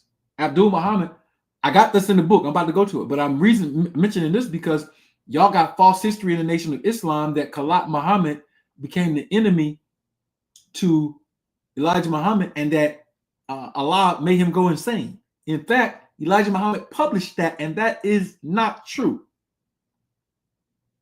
The person who went insane is right here, his little brother Charles, and Elijah knew that he was not telling the truth. Look,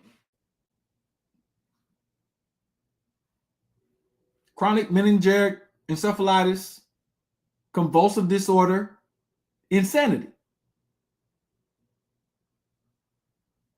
His little brother. This is Elijah's little brother. You see the dad's name right there, William Poole, the mother, William Poole. I ain't making nothing up. So y'all say, Khalat. You can't say Khalat.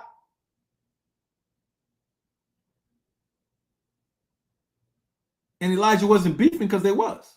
In this letter, Khalat's name is mentioned right there, talking about them going back and forth. But this is Khalat in the front right here.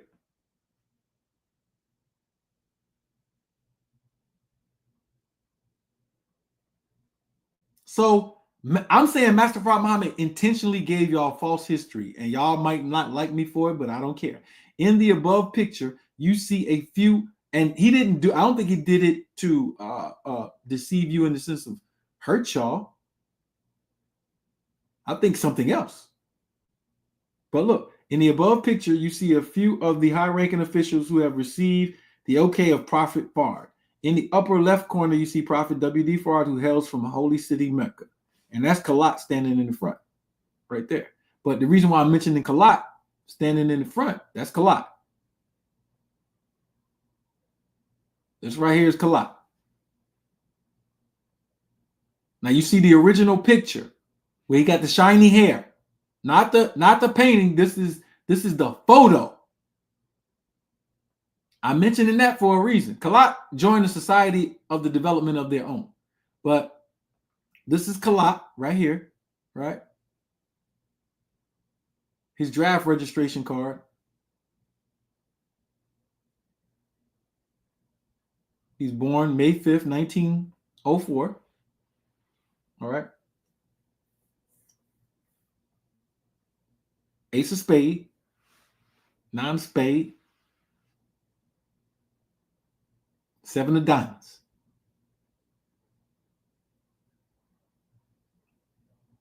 This is the death certificate of Kalat, Louis J. Poole. You see all that information. But I'm mentioning this for a reason. Because when the messenger was locked up, y'all saying, oh, the messenger said the brother was a hypocrite. Look who was visiting him. Kalat. You don't see Charles here, because Charles is the one that went insane and died, not Kalat. That was a lie that was told. The messenger told that lie because he didn't want Kalat to take back over. So Kalat joined the society for the development of their own. But Kalat was visiting him, advised that the following was the approved list of visitors for Elijah while incarcerated at the Federal Correctional Institute at Milan, Michigan. Father, mother, brother, sister, brother Kalat, sister, brother, wife. Kalat was still visiting him. That is a lie. Kalat did not go insane. It was Charles Poole. Charles Poole was the one who was a member of the Moorish Science Temple, and also the father. The father and Charles was arguing with the messenger over the teachings because their teacher was Abdul Muhammad, who was the first student. Let me prove it. Let me prove it. Let me go ahead on and prove Thomas Brown L. Brown L.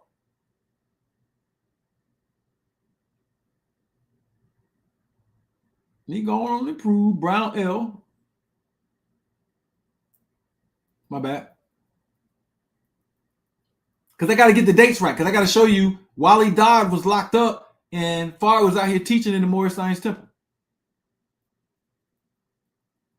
This is just warm up. I promise tomorrow going to be crazy.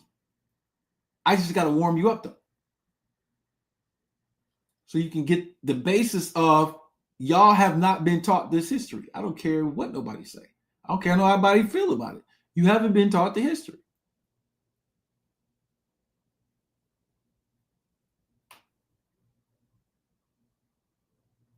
Let me find Brownell. There we go. All right, so Abdul Muhammad was the first teacher. The Society for Development of Our Own was a society created during the time of the formation of the Nation of Islam. There's a heated debate over who created it. Abdul Muhammad, a.k.a. Augustus Muhammad, a.k.a. Brown L., who was the head of Moorish Science Temple of America in Pine Bluff before he joined with Farr, ended up becoming an enemy to Farr. Abdul Muhammad died October 23rd, 1938. His wife, Sarah Brown, is listed on the death certificate. So Abdul Muhammad, that's him. Sarah Brown was his wife. This is his draft registration card. Thomas Brown, he's from South Carolina.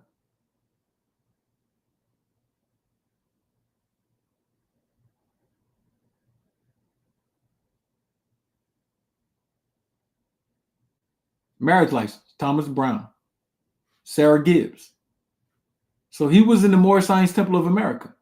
This is how we know where Master Farah Muhammad was at, who he was around.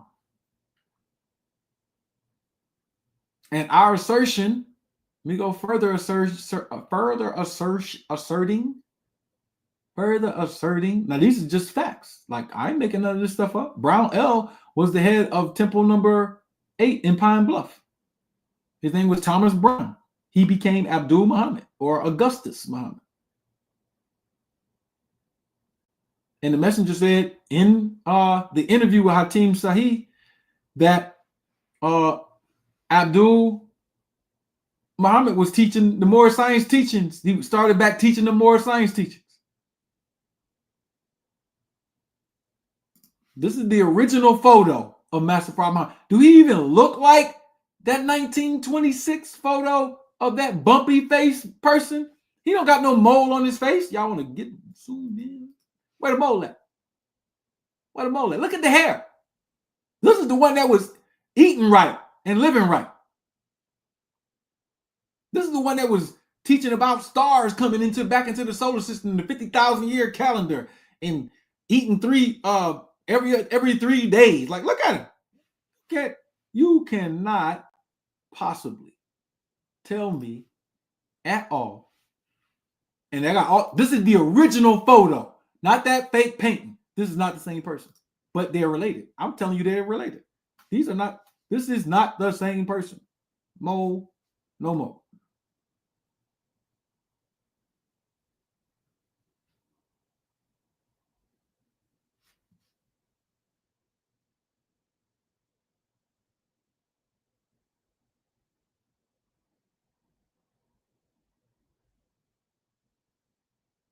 That's not the same person. Sorry. Now, this is him where he met Abdul Muhammad at. That's him in 1928. The other guy was in jail. He already wearing a bow tie. All he did was put the crescent and star on it. That's Master Fard Muhammad in 1928. I'm going to show you Brown L, but I ain't going to give it up yet because I know the Moors be watching. Brown L is in this photo.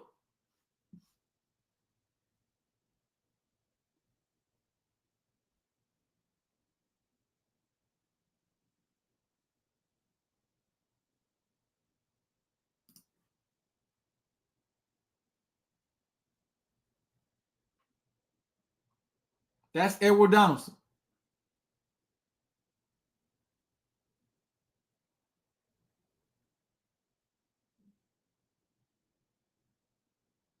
Y'all about to get this work.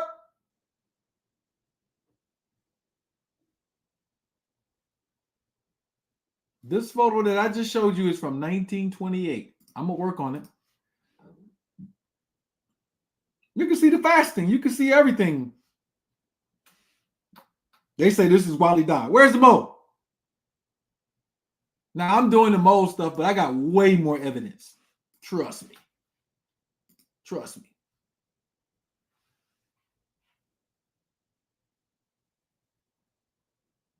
Oh, y'all can't see it? Oh, y'all couldn't see none of that stuff? Oh, my God. Let me go back then. God damn it. Let me go back. Let me go all the way back to Brownell. Let me go back.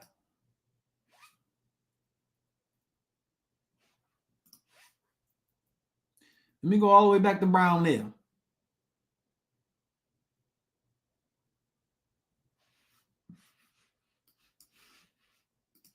Damn, I was talking to y'all, couldn't see it. All right, let me show you. I was all the way on Yakub and all of that. Let me go back all of that. All right, so look, this is Brownell, also known as Abdul Muhammad or Augustus Muhammad. So this is his death certificate. You see the name right there. The reason why I'm mentioning this is because when I go to the interview in 1951 with Hatim Sahih, the messenger mentions him by the name Abdul Muhammad as the first person that Master Fard Muhammad taught. This is his wife, Sarah Brown. This is his death certificate. All right.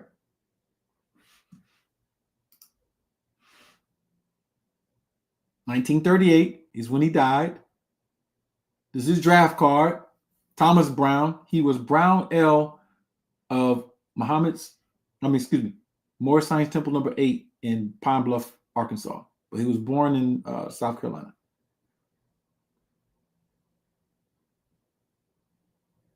This is his marriage certificate coming up. Thomas Brown, he married Sarah Gibbs. Sarah Gibbs became Sarah Brown.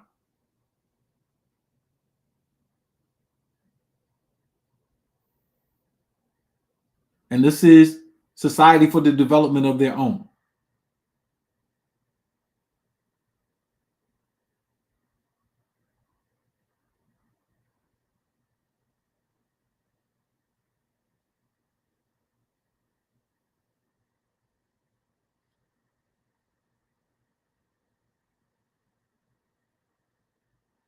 All right, so look at this.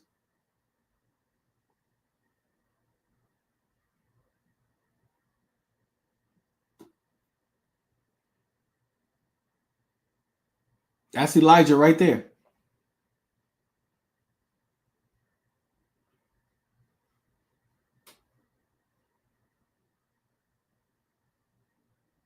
They had the Japanese flag. That wasn't the Moorish flag.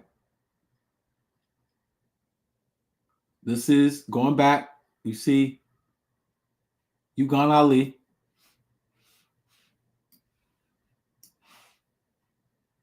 All right, so let me go back to where I was. Where was I? No, I wasn't there.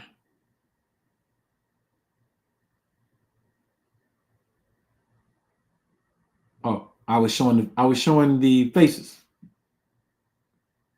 We can see Fard has no mold, Dodd does. Dodd hair is curly, Fard has a straight texture. Dodd has bad skin, Fard has clear skin. The way the ears attach is different. Fard has a hanging lobe, Dodd does not. Fard's eyebrows are inverted with a harder slant towards the center line. Dodd has a weaker center line. The noses are different. As you will see, Dodd has a nose just like his son, Wallace Max Ford. Fard's nose is different than his nephew, but his nephew has a similar brow as Fard. So look at this. These are not the same people. Where's the mole? You see the mole easy right there. This person and this person are not the same person. This is what people have been trying to say for years. They are not the same person. Hair texture different, brow different, nose hook different. Everything is different. This man was locked up in 1929. This is Master Fard Muhammad in 1928 at the temple.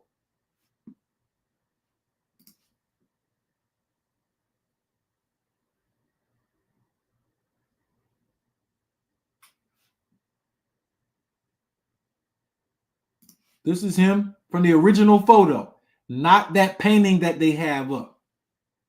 Where they have a painting up now where they put a mold on the painting, but these people are crazy. I'm like, yo, why y'all just don't follow the research? If they were the same people, they're the same people. If not, why y'all trying to make it the same? Y'all need to make it the same.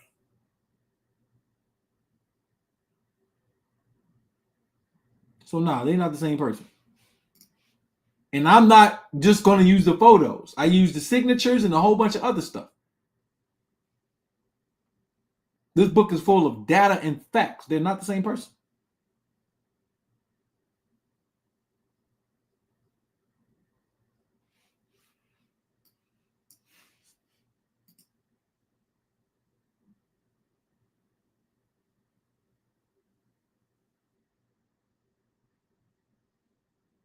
Elijah is not the first minister. Abdul Muhammad was the first minister. Abdul Muhammad was Brown L of the Moorish Science Temple Mosque in Pine Bluff. He would come every year to the Moorish Science National Convention. That's where he met Fard. Yes, there's a Japanese connection. Seidahoki Nakatashi is the Japanese connection. We got all that in the book.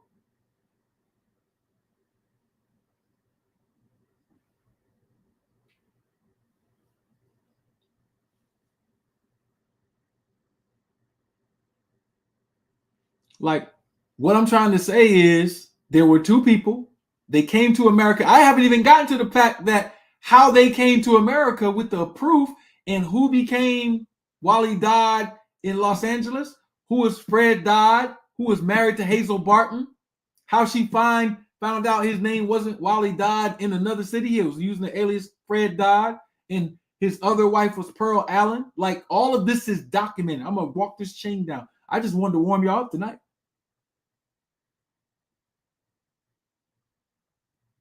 He met Abdul Muhammad in the Moorish Science Temple of America. Prior to night, y'all think he came here in 1930 and just started teaching the nation's teachings? No. Why do you think they even wore fezzes? Elijah was never in the Moorish Science Temple of America. His father and his little brother, Charles Ward, they argued with him.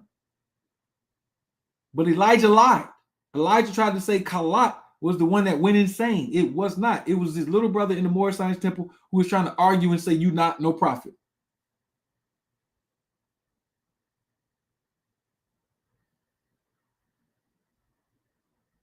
This is why Elijah knew so much about the Moors. He talked about the Moors often. We're going to talk about it tomorrow, all undocumented from his own mouth. They used to think that people in the temple were Moors. They had the fezzes with the crescents because all of the people after Noble Drew Ali died came over.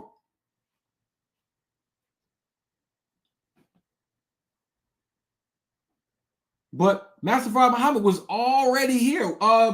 His brother was in jail for the Poison Act. We got the data.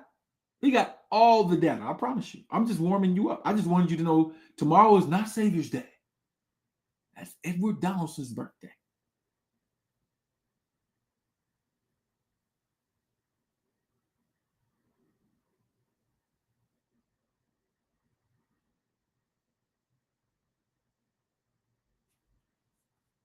I'm not going to say Master Fard Muhammad took over the Moors group because they were, when Noble Drew Ali died, he was splintering everywhere, but he was there. He knew him.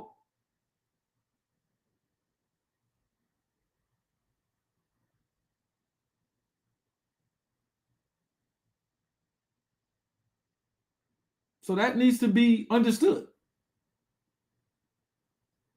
People come with doctored photos and all kind of stuff. Like, I don't even care what the result of the information is. It just unfolds into whatever facts lay itself out. I will never see Master Fard Muhammad again. I will never get on the mother plane. I could be crazy because I got proof that the mother plane was over my house. And I got multiple witnesses. Twice, actually. December 29th, 2019, and March 16th, 2023. And I got video of it. I ain't gonna be tripping about me going up on no goddamn mother plane. Like Minister Farrakhan is. I ain't about to have nobody in the cult thinking that some crazy shit. This information is important for me. Yeah, that's what, March 16th, when me and Liz was in here, the mother plane came over my house. I got it on tape. I recorded it.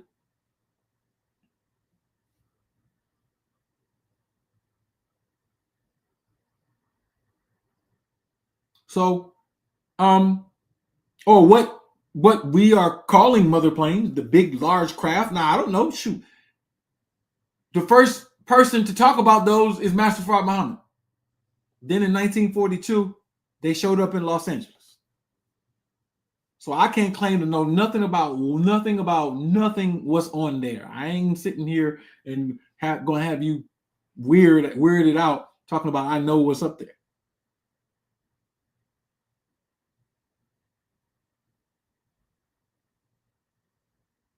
Elijah's father and brother were members of the Nation of Islam. Elijah is not the first minister. His father and brother Charles are the ones who introduced him to Master Fard Muhammad. Well, his father, because his father was following Abdul Muhammad, who was the first minister. But Abdul Muhammad used to be Brown L, who was in the Moorish Science temple. So he turned against Fard and went back to the temple and started teaching the temple, but Drew Ali was already dead. So Abdul Muhammad knew all of Fard's history surrounding the Moorish Science temple. But Elijah was never in it.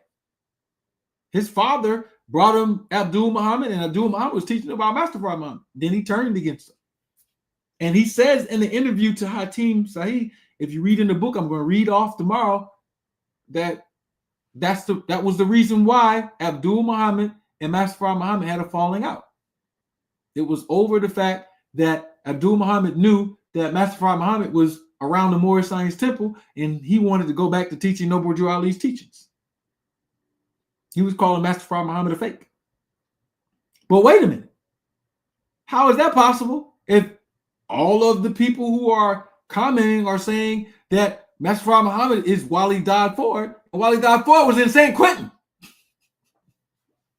He would have never met Abdul Muhammad. I don't know if Master Fard Muhammad had the ship or not. I'm just saying he was the first one in our recorded history to talk about it. The plans on how it was designed was in the schools when the police raided the schools because they wanted the children to go to public school. They raided it. They found the lessons about the mother plane and baby planes and all of that. They hadn't even seen it. Then 10 years later, it shows up over Los Angeles, and that's when they had the first military interaction with it. I don't know if Master Fard Muhammad is on the mothership or not. I cannot verify that. I just know he was teaching it. And nobody was teaching that before him. If they were, please bring the receipts. Y'all got to bring some receipts. I'm bringing receipts. But I know his birthday is in February 26th. I know that. That's Edward Donaldson's birthday. The guy who got caught with his brother violating the Poison Act and selling drugs in Los Angeles.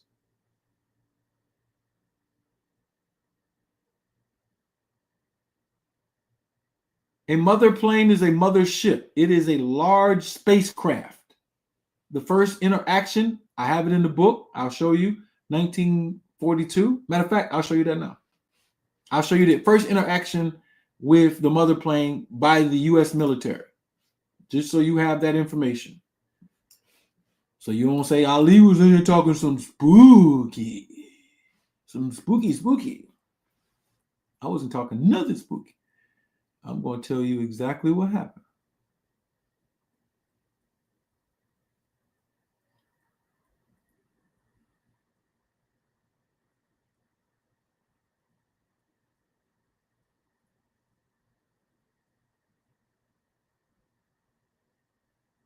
Here we go. This is Star Prophecy. You can get this book online, page 61. Let's go.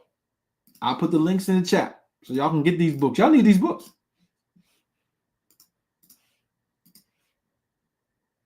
In February of 1942 in Los Angeles, sirens went off and anti-aircraft responses initiated for over an hour, firing off 1,400 rounds. An object was witnessed and pictures taken of it. Yet there were no casualties from the air, even though the object is seen in the picture herein. It was being hit by the anti-aircraft response. What was it? I support the position that it was an unidentified flying object, something much superior to what the United States or Japan had at the time. So this is the article. Los Angeles Times. Searchlights and anti-aircraft guns comb sky during alarm. And this is them looking at this object that they were shooting at.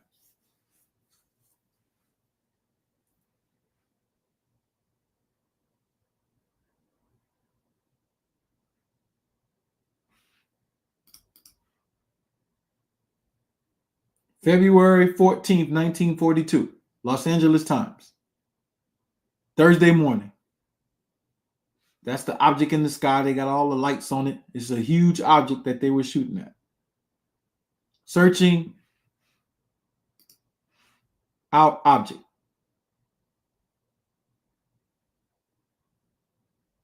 So yeah.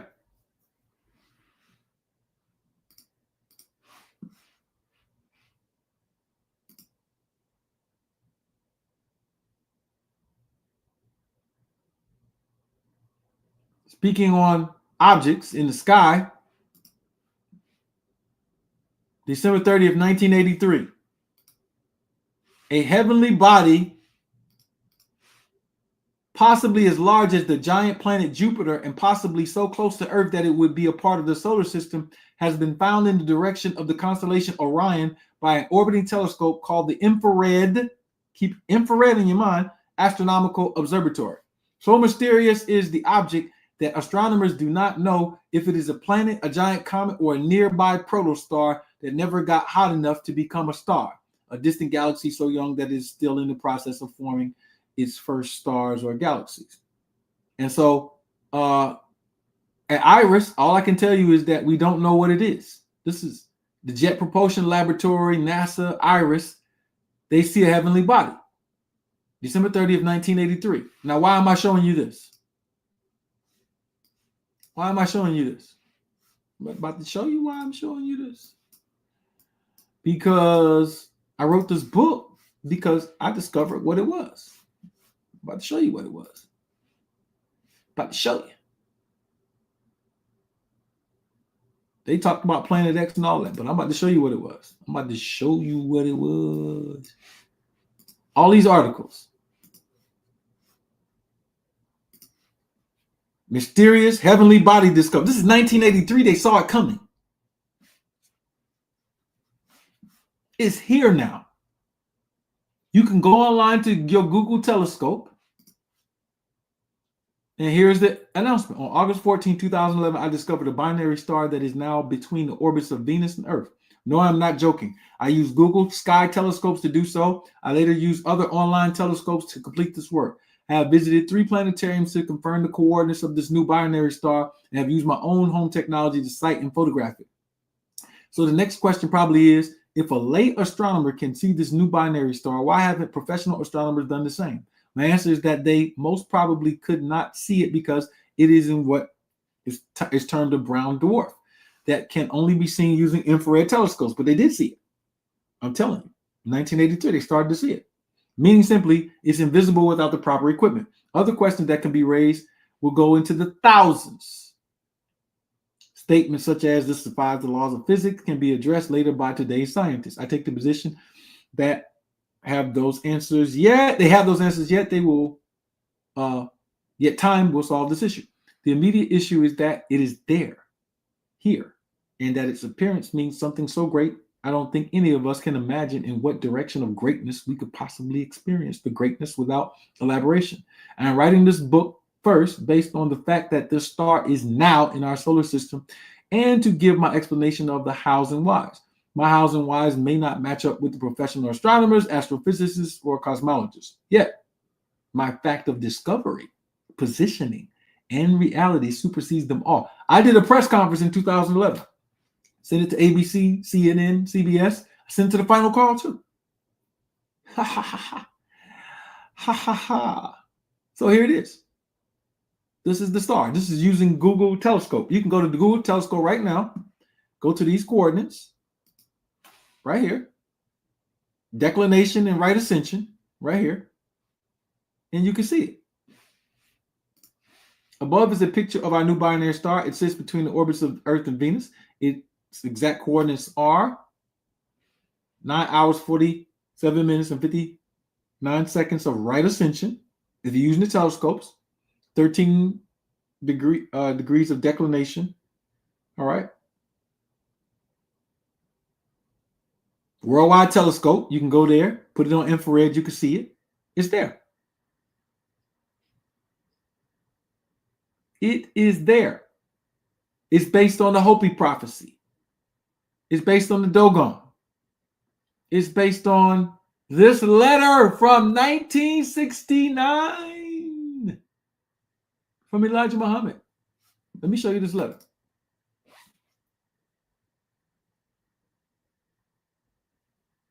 The Hopi called it Blue Star Kachina. Let me tell you how deep the Hopi prophecy is. The Hopi prophecy is that a chief would do a Kachina dance in celebration of the star, and the prophecy of a man with a red hat would come and unite the people.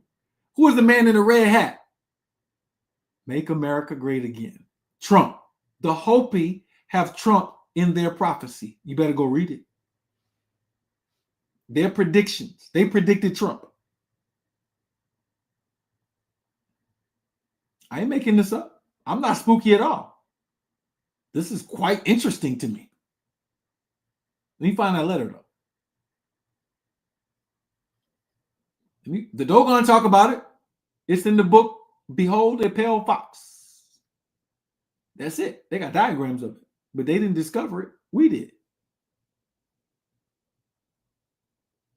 All right, so let me find this letter. Because I want to read the letter. There we go. This is a quote from the letter. From 1969. I got the whole letter in the book, Revelation of the Matthew. But this is a quote. Allah taught me that he will bring the moon back to its rightful place. And for that moon, we will use a particular star. We have no need for that old type of moon, for this star will have power to contain and hold our waters, as well as another planet. He says there will even be a new form of life from our waters. This will be the life of a new covering from the earth. This letter right here I have in full in the other book. This is the book Star Prophecy, though. I'm not making shit up. You can go look this up on all the sources. I gave you all the data.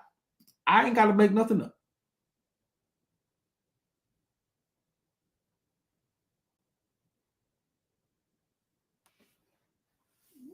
Hey, so y'all, look, I ain't going to stay on tonight because I want to get off. I got some stuff to do. I got to do before I go to bed.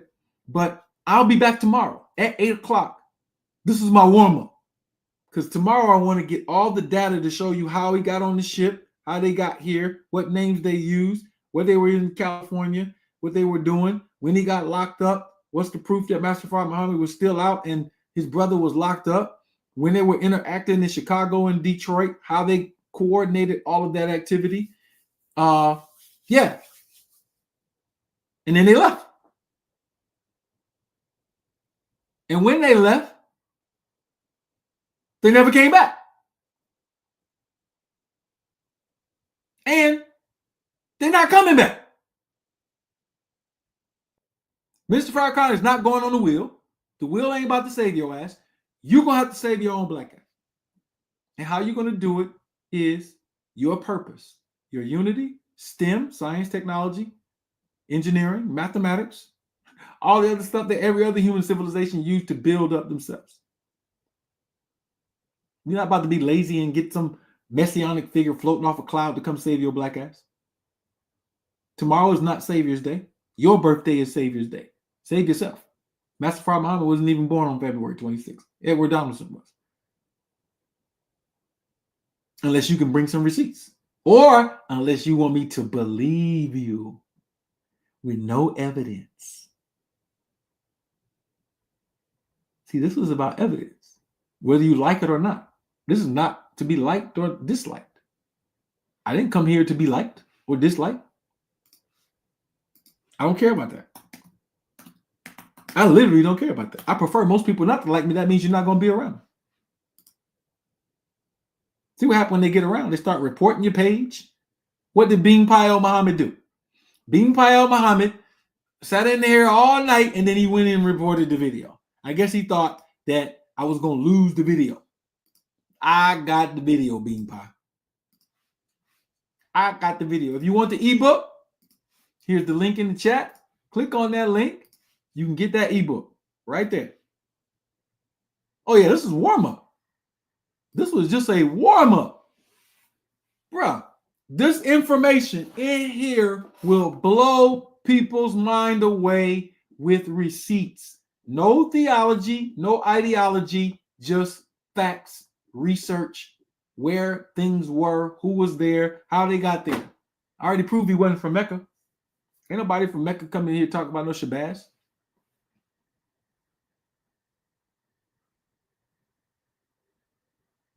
You don't got to know. Hey, look, nobody's asking you to believe anything. That's the beautiful part about this.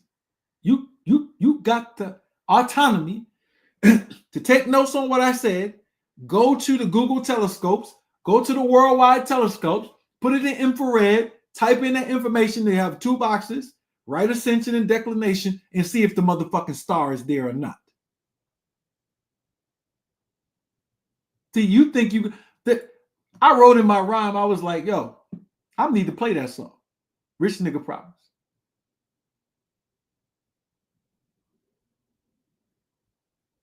I never want to go viral. I'm on a legend pace. If you want, that's the ebook. If you want the physical copy, I got physical copies too. I want physical copies. You can get the physical copy. So anybody asking, nobody believe nothing. Y'all want to go believe something? Go to Edward Donaldson's birthday tomorrow somewhere and celebrate Edward Donaldson's birthday. Go listen to Minister Farrakhan so you can celebrate Edward Donaldson's birthday.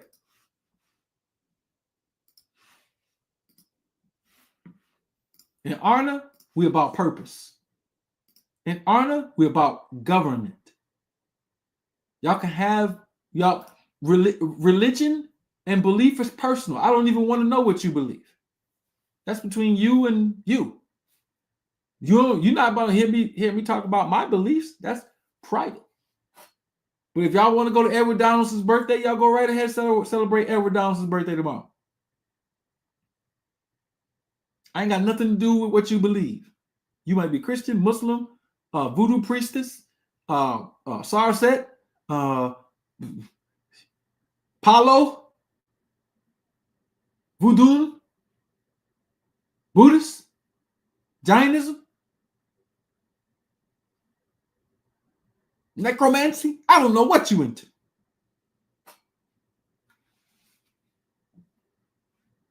That's your business. I don't have nothing to do with your belief system. That's private. That's between you and your family members and the people you love. I ain't got nothing to do with that. But I will report on facts to give the people an opportunity to not be deceived. I'm good at that.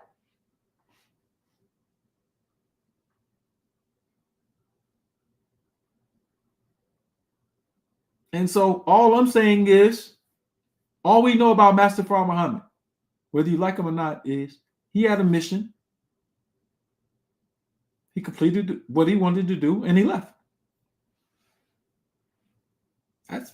That was almost 100 years ago.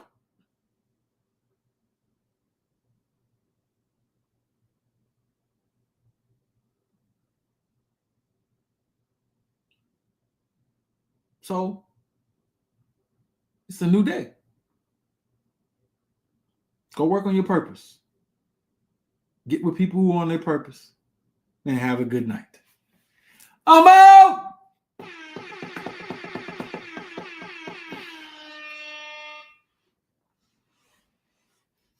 Hold on. Let me play some music for y'all. They better not give me no damn strikes either. This is my music. I own the rights to this music. Check my tune core.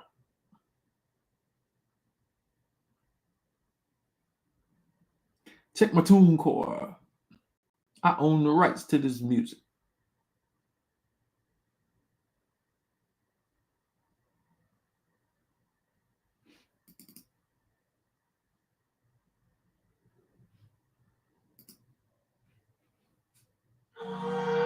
I got rich nigga problems. I ain't worried about going viral. Never. I'm on the pace of a legend. OG, God body.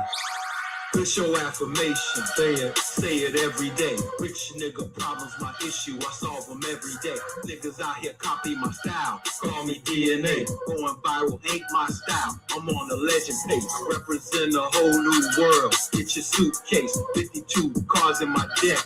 With a poker face, y'all niggas voted for Biden, but that's a joker face. Crackers trying to COINTELPRO me, I beat every case. I just can't see myself losing, that's my mind state. Y'all niggas keep on losing, 85 of fate. Eating just come to me natural, that's a God play. All these labels GMOs, that's a dog play. I just bought a mansion, like bill was 6K. I ain't even sleeping it yet, still gotta pay. Games about my bread, I don't even play. Ain't no last suppers for me. I'm eating every day. No time wasting. A nigga gotta win. My vision manifested. I'ma do that shit again. My vision's on repeat. I'm a God, say I'm in. On the lottery, I'm cheating. My ops calling is in. Push your affirmation. Say it every day. Rich nigga problems, my issue. I solve them every day. Niggas out here copy my style. Call me DNA. Going viral ain't my style. I'm on a legend pace. All these mommies in my DMs. It's a rat race. All they want is dick and some money. You about to catch a case. As soon as I got them with discipline, it's a top face. I ain't got no time for these hoes. I'm a about face. Gucci, Prada, Fenty, and Louis V. Mommy, the God body. You thought this was CMG? Nah. We rocking gold bottles, them babies. I'm the OG. The purchases I made, no taxes on the receipt. Faders on their knees, God standing elite. Alpha and Omega, I will never be Greek. My fraternity elite, still keeping the street. Take this rich nigga game, got body teaching on beats. Get a style on the roll wild on get a loyal mock with no miles on it. Invest in sake, no child's play. This ass future, that's the word to say.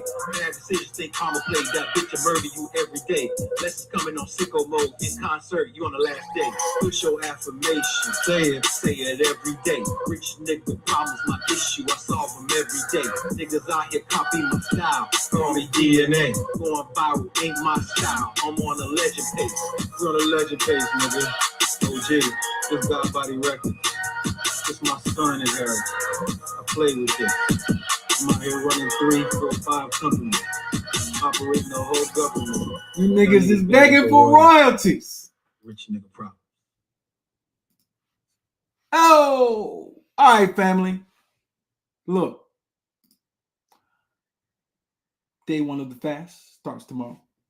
I will be in the building at 8 p.m. tomorrow to go over all these details. And hopefully I have shared something of value to you. If you see Bean Pie El Muhammad, tell him to quit reporting my page. We still have the video. We out!